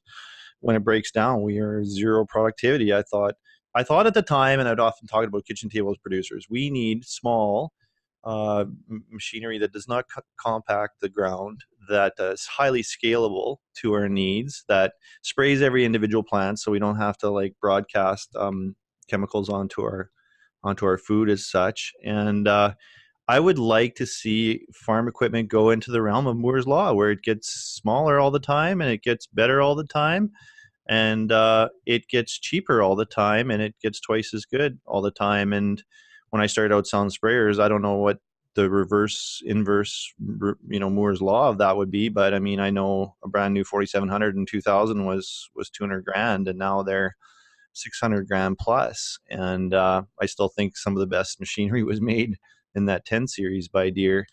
But when I think about sort of the global ag risk concept, where they can tell you your cost of production versus across the fence, like you can throw a dart in the wall anywhere in Saskatchewan and they can tell you, where you fit into the percentile of farmers in terms of cost of production and all that. I told Terry, don't lease that new John Deere sprayer right now for the next 6 years and still owe $300,000 on it, because you're going to be looking in that time frame. You're going to be looking at something and automated. And of course, he didn't listen to me. It's one time I gave him advice on the farm, and he didn't listen to me. But this year he's looking at a DOT, and next week we're going down to Arizona, and we can look at the DOT made in Saskatchewan robot. I don't know if that's going to be bringing down the economies of scale yet, and it's still a bigger machine. They're still thinking 150-foot booms and stuff. It's not, made by DGI and getting cheaper and, every year and smaller yet. But I think it'll happen. Yeah, exactly. It'll happen. I mean, it's kind of a matter of timing, and indeed, I mean, it's when things become affordable, or the other option is that you're going to see commodity prices go higher, and then equipment prices will track that accordingly, as they always Guys have. will buy more iron, you think? It's what they're good at. That's for sure. Did you see those stats where in the next 5 or 10 years, farmers were going to be spending $400,000 or $500,000 on iron? They were going to be buying more land and buying more bins and stuff. They're going to borrow another $1.2 million on average or something. Just crazy numbers. I haven't seen the numbers, but I mean, I can tell you the smartest farmers I know are this point right now, not switching out their equipment or not looking for new equipment, and basically looking to optimize their current operations. They might look at some land if it's next door to their other pieces of land, but they're looking for optimization right now than further expansion or size growth, whether it's in the shop or it's in the field. Well, in 2013, my last year in John Deere sales, I sold 20 new sprayers, and I don't know that there would be 20 new full-size sprayers sold in Manitoba in a year now. Yeah, how good a salesman I am. Doesn't surprise me. 2 more questions, because man, this is epic. Burning up the bandwidth. I'm going to challenge you here, champ. What would be the one thing you would change about capitalism? That's a great question. So I consider myself an ethical capitalist. And what I mean by that is that it's not like I tithe or anything like that, but I think that in a well-functioning democratic society, not everyone will be able to thrive for whatever reason. I mean, there's personal disabilities. They're just, they're not given the same shot or the same opportunities. This is not just a societal question, but it actually some places a racial question, right? And so I think I wish that we would, probably the first thing is I wish that financial literacy would become a requirement in schools, because there's a lot of, if we're talking about Canada, there's a lot of hardworking people in this country. But man, are we easily spending that money and we're not investing in our future. We're just investing in tomorrow, essentially, just in time kind of attitudes. And that's just, again, associated with the dopamine associated with your phone. You get a notification, right? It's just in time gratification. And I wish that my parents, God bless them, they've been, great in terms of bringing a lot of that. Think about the, 5, 10, 15, 30 years from now, paradigm to a lot of my thinking. So I wish I'd probably change that. If you taught, the process to buy a home or purchase land, specific to maybe that community, that sort of financial literacy, to the forefront earlier, or how to do your taxes, or why this is important, or whatnot. What is investing and the dynamic that goes associated with it. I think that would be a lot better off as general, because people know, okay, spending versus saving, and what are the benefits and dangers of both. Because there are dangers to saving in some respects, right, depending where you're saving or investing. Right. So that's also a component of the government situation. But for sure. I think it's also an easy point of, this is why you should not go towards that socialist realm. Now, the interesting thing is, if you look at politics, where at the either end of the spectrum, the extreme socialism actually starts to meet with extreme capitalism in terms of like a circle. And like here's socialism in the middle, here's capitalism in the middle, and if you get to like very intense socialism and very intense capitalism, because the capitalism is so great, there's actually only so many few players, and they actually take over, and so they actually basically run a socialist environment, even though it's categorized as capitalist. The Illuminati, basically. I don't know what you're talking about. How many secret societies are you part of again exactly, Brennan? I mean, I can mention that I went to Yale, and that's right. Yeah, that's right. The Skull. Talk to me, brother. I mean, I know some people who are in it, and it's an interesting organization. You know, it's cloaked in secrecy, but I'm starting a club like that, by the way. Oh, I guess it's not that secret anymore, but there's power in that. There's such power in that. You know, people love that stuff. Well, it's really, I mean, if you break it down, it's a component of networks, right? Who's your network, right? And if your network are influencers and people that help dictate behaviors or can influence behaviors, then yeah, I mean, you can easily put something together. So it's come down to your network, really, in my opinion. Okay, but, so I have two more. Okay. Okay, so and they're kind of similar, but I was going to ask you, and I forgot what your take on Trump is. But yeah, give us your thoughts on Trump, and if you'd like, tell me what you think of Trump 2020. Yeah, so it's a great, and actually, as we speak, Texas Congressman Beto O'Rourke came out and said he's running for president. The Democratic nomination list is going to be absurd. It's crazy. And to be honest, AOC, man.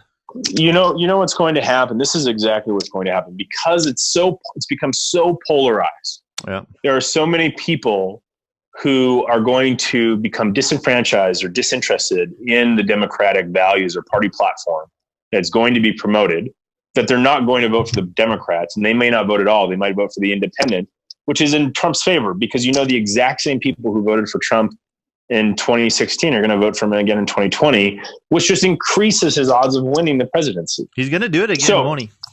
I like where I'm sitting today, unless the Democratic Party pulls back from, some of the intensity of their agenda. I mean, again, AOC and Elizabeth Warren and some of the rhetoric that they're putting out there is just over the top.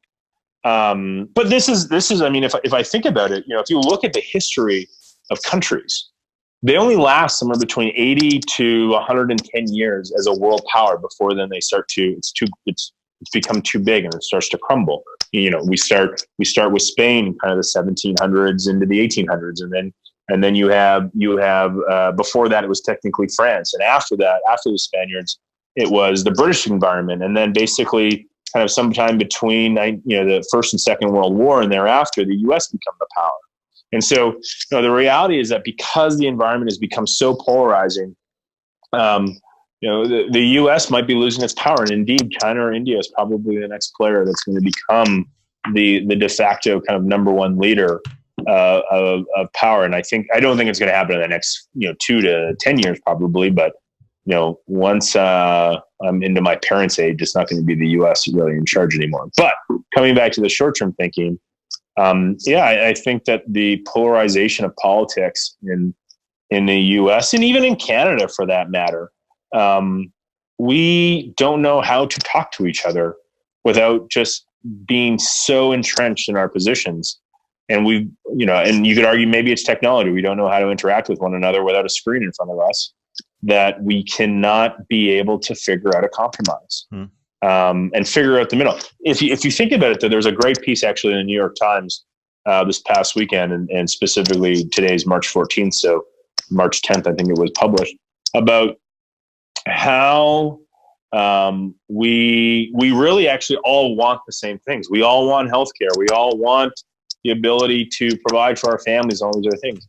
Just the mechanism and how that's done, we've been we've become very polarized, and it's become a world of he who shouts or she who shouts the loudest is going to be heard the most, and that's the way it's going to go. I think it's really interesting, this whole thing about the decline of the empire, so to speak, of America, but I want to recommend a book called The Absent Superpower and the Shale Revolution. And just in summary, in the last 10 years, and especially in the last sort of 2, 3, 4, 5 years, Americans have a very unique geological formation there in the shale play, and they've been able to extract it at such an increasing rate. They can actually increase on a cost per barrel basis with their Saudi Arabians with the shale play. They're getting so good at it. And so geopolitically, what that means for the entire world is that America doesn't really need anybody anymore. And I wasn't sure why Trump was acting the way he was, but the reality is, I mean, after World War II, they needed to police the world, keep the energy flowing. They had, the hammer basically on everybody to make everybody play nice in essence. And of course, there's a lot of factors there. But now they're energy independent in a way. Like being an island geographically, they don't have these big weird borders to defend, although Mexico is a crisis according to Trump. But they're not like all these European countries and these other countries that are all kind of shoved in a corner essentially with these weird borders to fight it out without the shale play.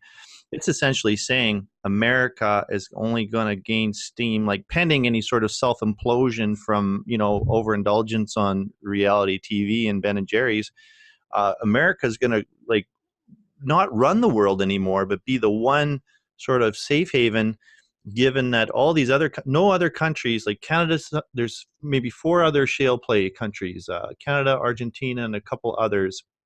The rest are going to be dependent on all these like crazy sources of oil where, you really want to be doing business with these people. I don't know. I don't think so. It's probably good that we don't have to, but it's incredible because it's actually so bullish and so optimistic on the U.S. But the rest of the world's sort of going to have to fight it out without that the police, so to speak, or the superpower.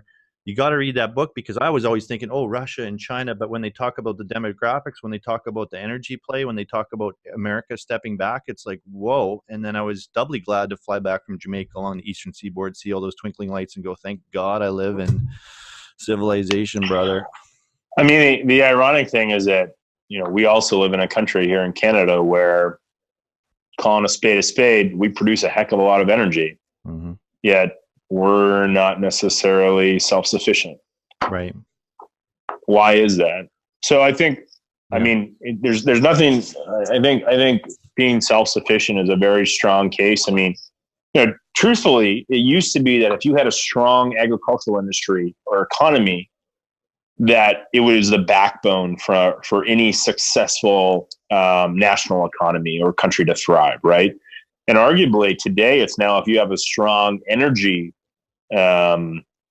capacity, that is what now allows you to thrive. So it's interesting how that's changed a little bit. That's not to say that, in the emerging markets, places like Africa and Asia, they're still looking for that strong agricultural backbone. And I think it's coming again, technology and whatnot is helping. And the introduction of the internet to some of these far-reaching corners of the earth via the likes of Google's Project Loon and some other tools, it's only going to advance the use of technology or the access to information in those countries. But indeed, to become a first world country, you almost have to have that sustainable agricultural economy. To become the next level player, you almost have to have that self-sustainable energy policy. Yeah, to your point about China there, I was just reading in the Western Seducer that they've basically mandated by 2025 that their main staples of agriculture, whatever they got there, rice and corn or whatever they produce, you probably know a lot better than I, obviously, will be able to be, the major functions of growing them will be able to be performed by automated units. Yeah, probably going to happen. I mean, that's 6 years. It's wild. It's closer than we think, basically. Well, and when it comes, that curve, like that power curve, it's sort of disturbing because, anyways. So last question. What would you like to make a prediction on that in May would just resonate and just increase your standing in the global prediction and agricultural community? Okay, that's a great question. I'm glad nobody asked it to me because I would have nothing. I think, I mean, in being around agriculture my whole life, it's in my blood, my sweat, and my tears inherently. And I do cry. As much as this looks like a stone face, I'm a big teddy bear. Can you produce inside. a tear for us now, just for conjecture purposes? It takes me a few seconds, but no, I'm kidding. I probably could if I really put my mind to it, but you're laughing too much. What do you think about your kitten that died on the farm when you were 7? It's ironic because my girlfriend, she's obsessed with dogs. I'm like, I'm not as emotionally attached. With cats, man. Well, touche. Let's not go into that world, but I think that the interesting thing that I've discovered is that agriculture is not about widgets of production, or it's not about necessarily always profitability. But in essence, the industry is actually about relationships and leveraging those relationships to be better, or provide the opportunity to be better. And so really, at its essence, I think agriculture is this really big social network where if you can introduce me to this new method, MileSol, or how to manage club root effectively and whatnot, that information is disseminated within relationships. It's trusted within relationships. In no other industry does information get passed along through trust circles like agriculture.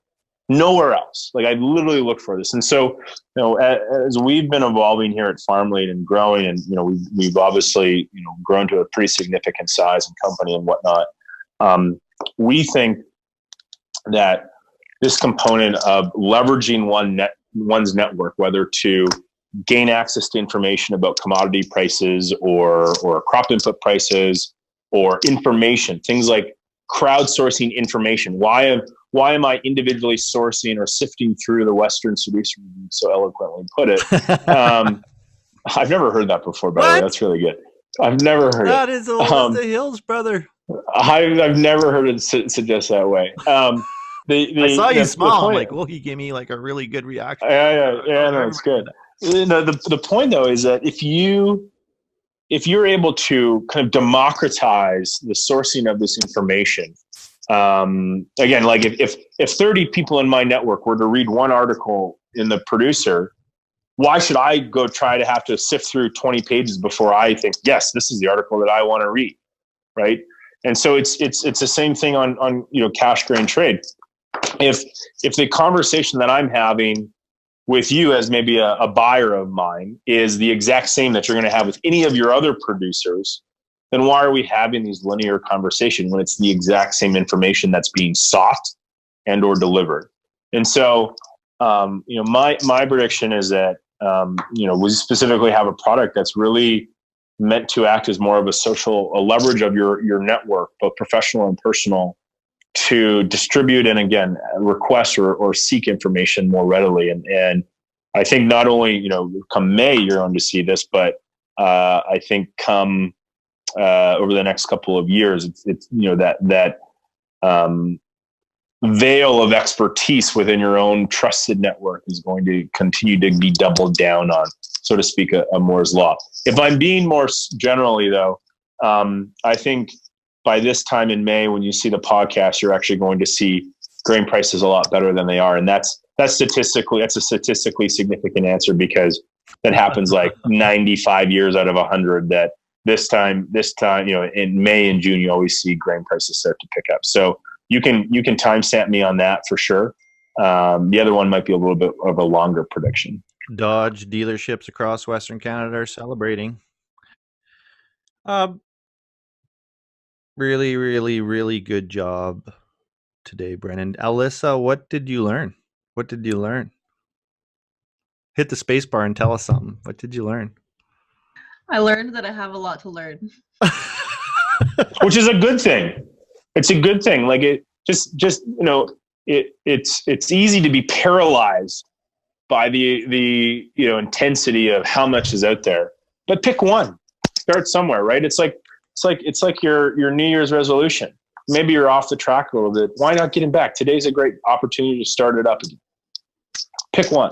And I love that conversation from earlier about, just learn something every day or pick up a book every week, because, you can sit and watch TV or be on your phone or do whatever, and you're complacent for the moment, but you're not going anywhere. You're kind of stagnant. So I need to learn more. That it's interesting you say that, because I still skate and whatnot. I went away for a skate with a couple of the boys the other night this week, and I came back and my girlfriend was watching The Bachelor.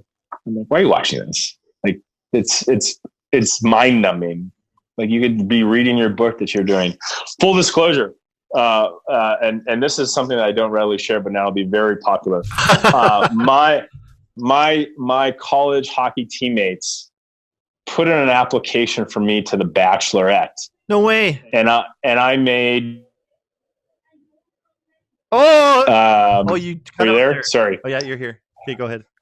Yeah, somebody called me. Sorry. So they put an application for me into The Bachelorette. This would have been almost a decade ago now. Maybe tub with like 10. I made the top 40, and the only reason it didn't go further than that is because I couldn't. It was in the middle of the hockey season that they were trying to do their taping, and they're like, "Can you come to LA in end of January?" I'm like, "No, it's in the middle of my season. It's not going to happen." They're like, "We'll pay your flight."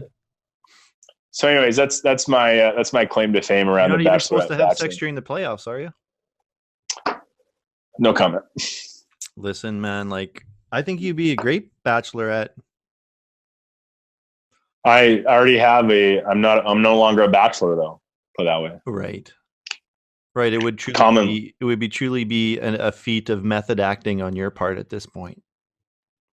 Probably could do it, but just like I'd probably lose the real relationship that I had. That would be a great twist at the end of the season. Is like, I actually have a girlfriend. Thanks, though. It's probably happened. I don't watch it, so I don't know. Because I seen the other day on the internet, it's like, I forget what it was, but you won't believe this, like, Bachelorette shocking twist or whatever. And I was like, like, don't click on it. Like you say, like, this is not a good use of my brain. But I'd still argue there's certain activities that, yeah, they're absolutely have no sort of intrinsic social value. But I need some of these things to unwind. It's not particularly the Bachelorette. Like my recent thing is like GTA 5, but I was in the gun range practice mode of GTA 5 last night, thinking about my trip for the last 2 days to Calgary. Some major things happened in the company. I was just like, I need this time. I need to be in this like virtual gun range right now, just shooting this gun so I can like process my life and my company. And but yeah. That's me with movies. It's white noise. Oh, what's your favorite movie of all time, or what's your? Well, I already mentioned Dr. Zhivago, but if we really get into the list, I love, I've always loved Legends of the Falls. Top Gun's a great one. It's classics. Step Brothers, because my name Brennan is a character in the movie, and it's also Will Ferrell. He's hilarious. I love For the Love of the Game with Kevin Costner. Just being a former professional athlete, it's something that you can easily empathize with. And I do have, just generally speaking, a man crush on Kevin Costner. And so anything he's in, I tend to Waterworld? To watch. You a Waterworld guy? Not so much Waterworld, but like Tim Cup, Dances with Wolves, right? Like I think he's a great actor. I'm also a big fan of Daniel Day-Lewis, and so Legends of the Falls. There is Last of the Mohicans is easily one of my favorite movies. What about There Is Blood? That's a very interesting one, and indeed comes back to the whole energy component, right? Right. But I didn't like that one as much as Gangs in New York. I mean, you got Leo in there, so that means that you can invite your girlfriend to join you for that movie. And it's environmentally friendly because Leo is like a low impact environmentalist guy. They've done the studies. Ugh. Right off the yacht. It's it's really funny because it's all context, and this is what drives me crazy about environmentalists. But there's actually traveling like on an all-inclusive resort. All these people that travel have a bigger green GHG impact, greenhouse gas impact than most of the cows in the world. So it takes a lot of fossil fuel to save the environment. Let's put that so that we can have the ability to have rare earth minerals inside a phone in Starbucks that we can tweet about. It takes quite a bit of infrastructure in terms of food and energy. I would love for everyone. It should almost be mandatory. Maybe this is what we changed about capitalism. There should be a required trip in high school or elementary school or something to go to a place like Africa or Central America, just to remind you and give you perspective of how much we have, and there's so much we should be grateful for, and it just passes us by like every single day. And so it's I think again, recency bias, right? You got your newest phone, you got your newest Apple TV, whatever it might be, and take those things away, and it's like stop and smell the air a little bit. I had to talk myself out of a small moment of joy. I've just got this itch to buy like a bigger iPad or a Kindle or some other screen, and I'm like, that's only, the gratification's only going to last for like 20 minutes, really. I'm in the TV buying mode right now. Like I've had my TV.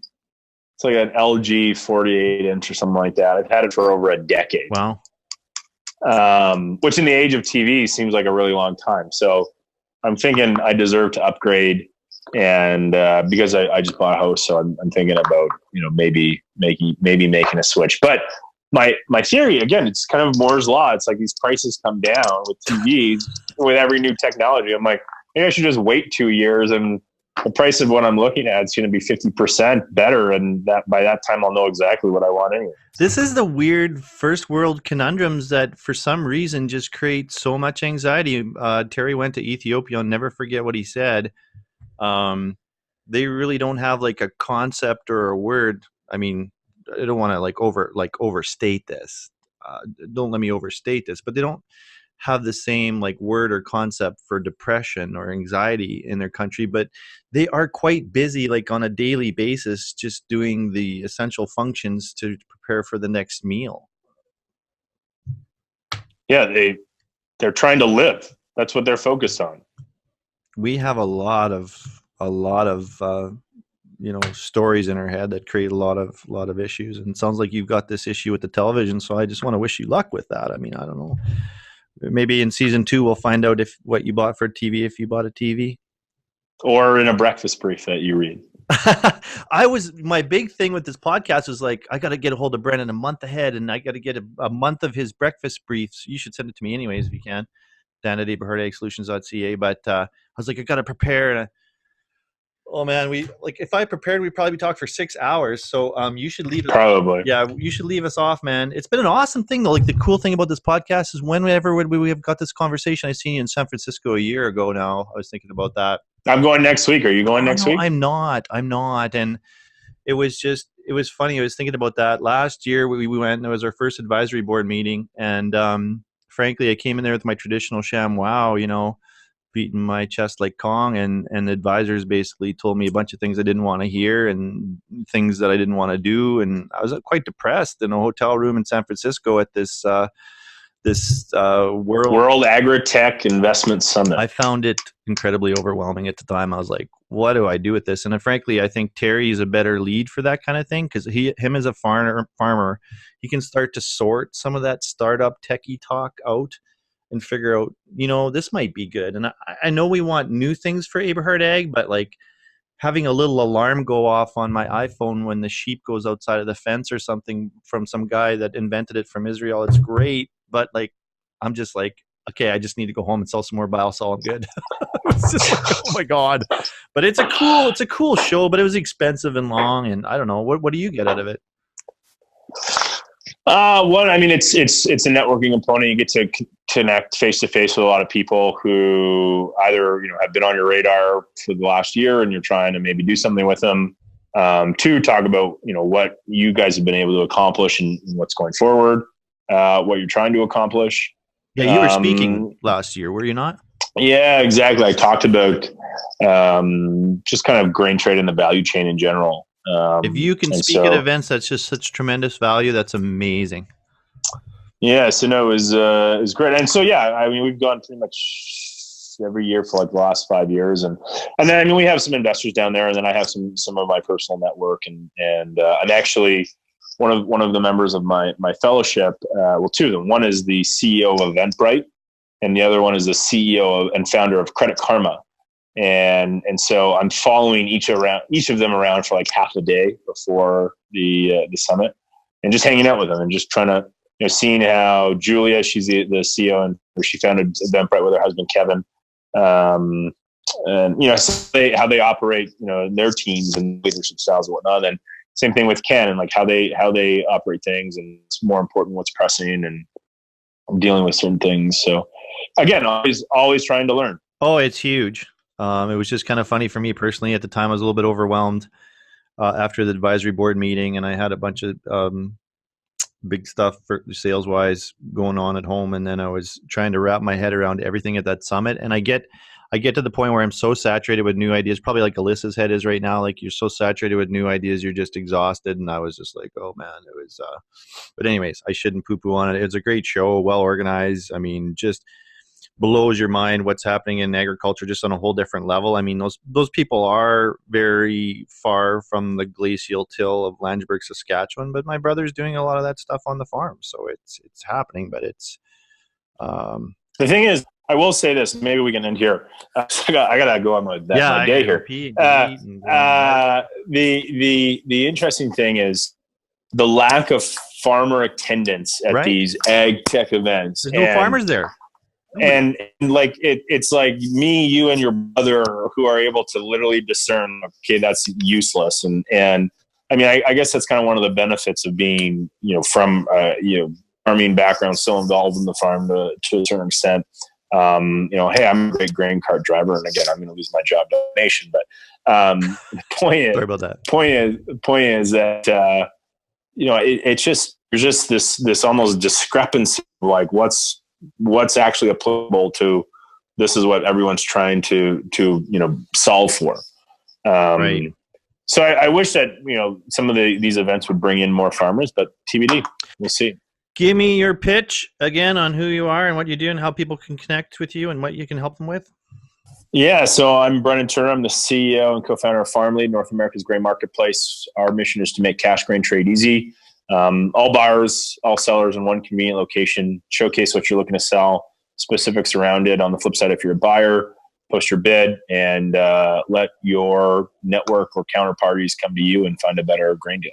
Man, we have like a mission statement like that somewhere, but I can't remember it. I got to work on that. I just, you spend a couple days whiteboarding that stuff, and but that's really good.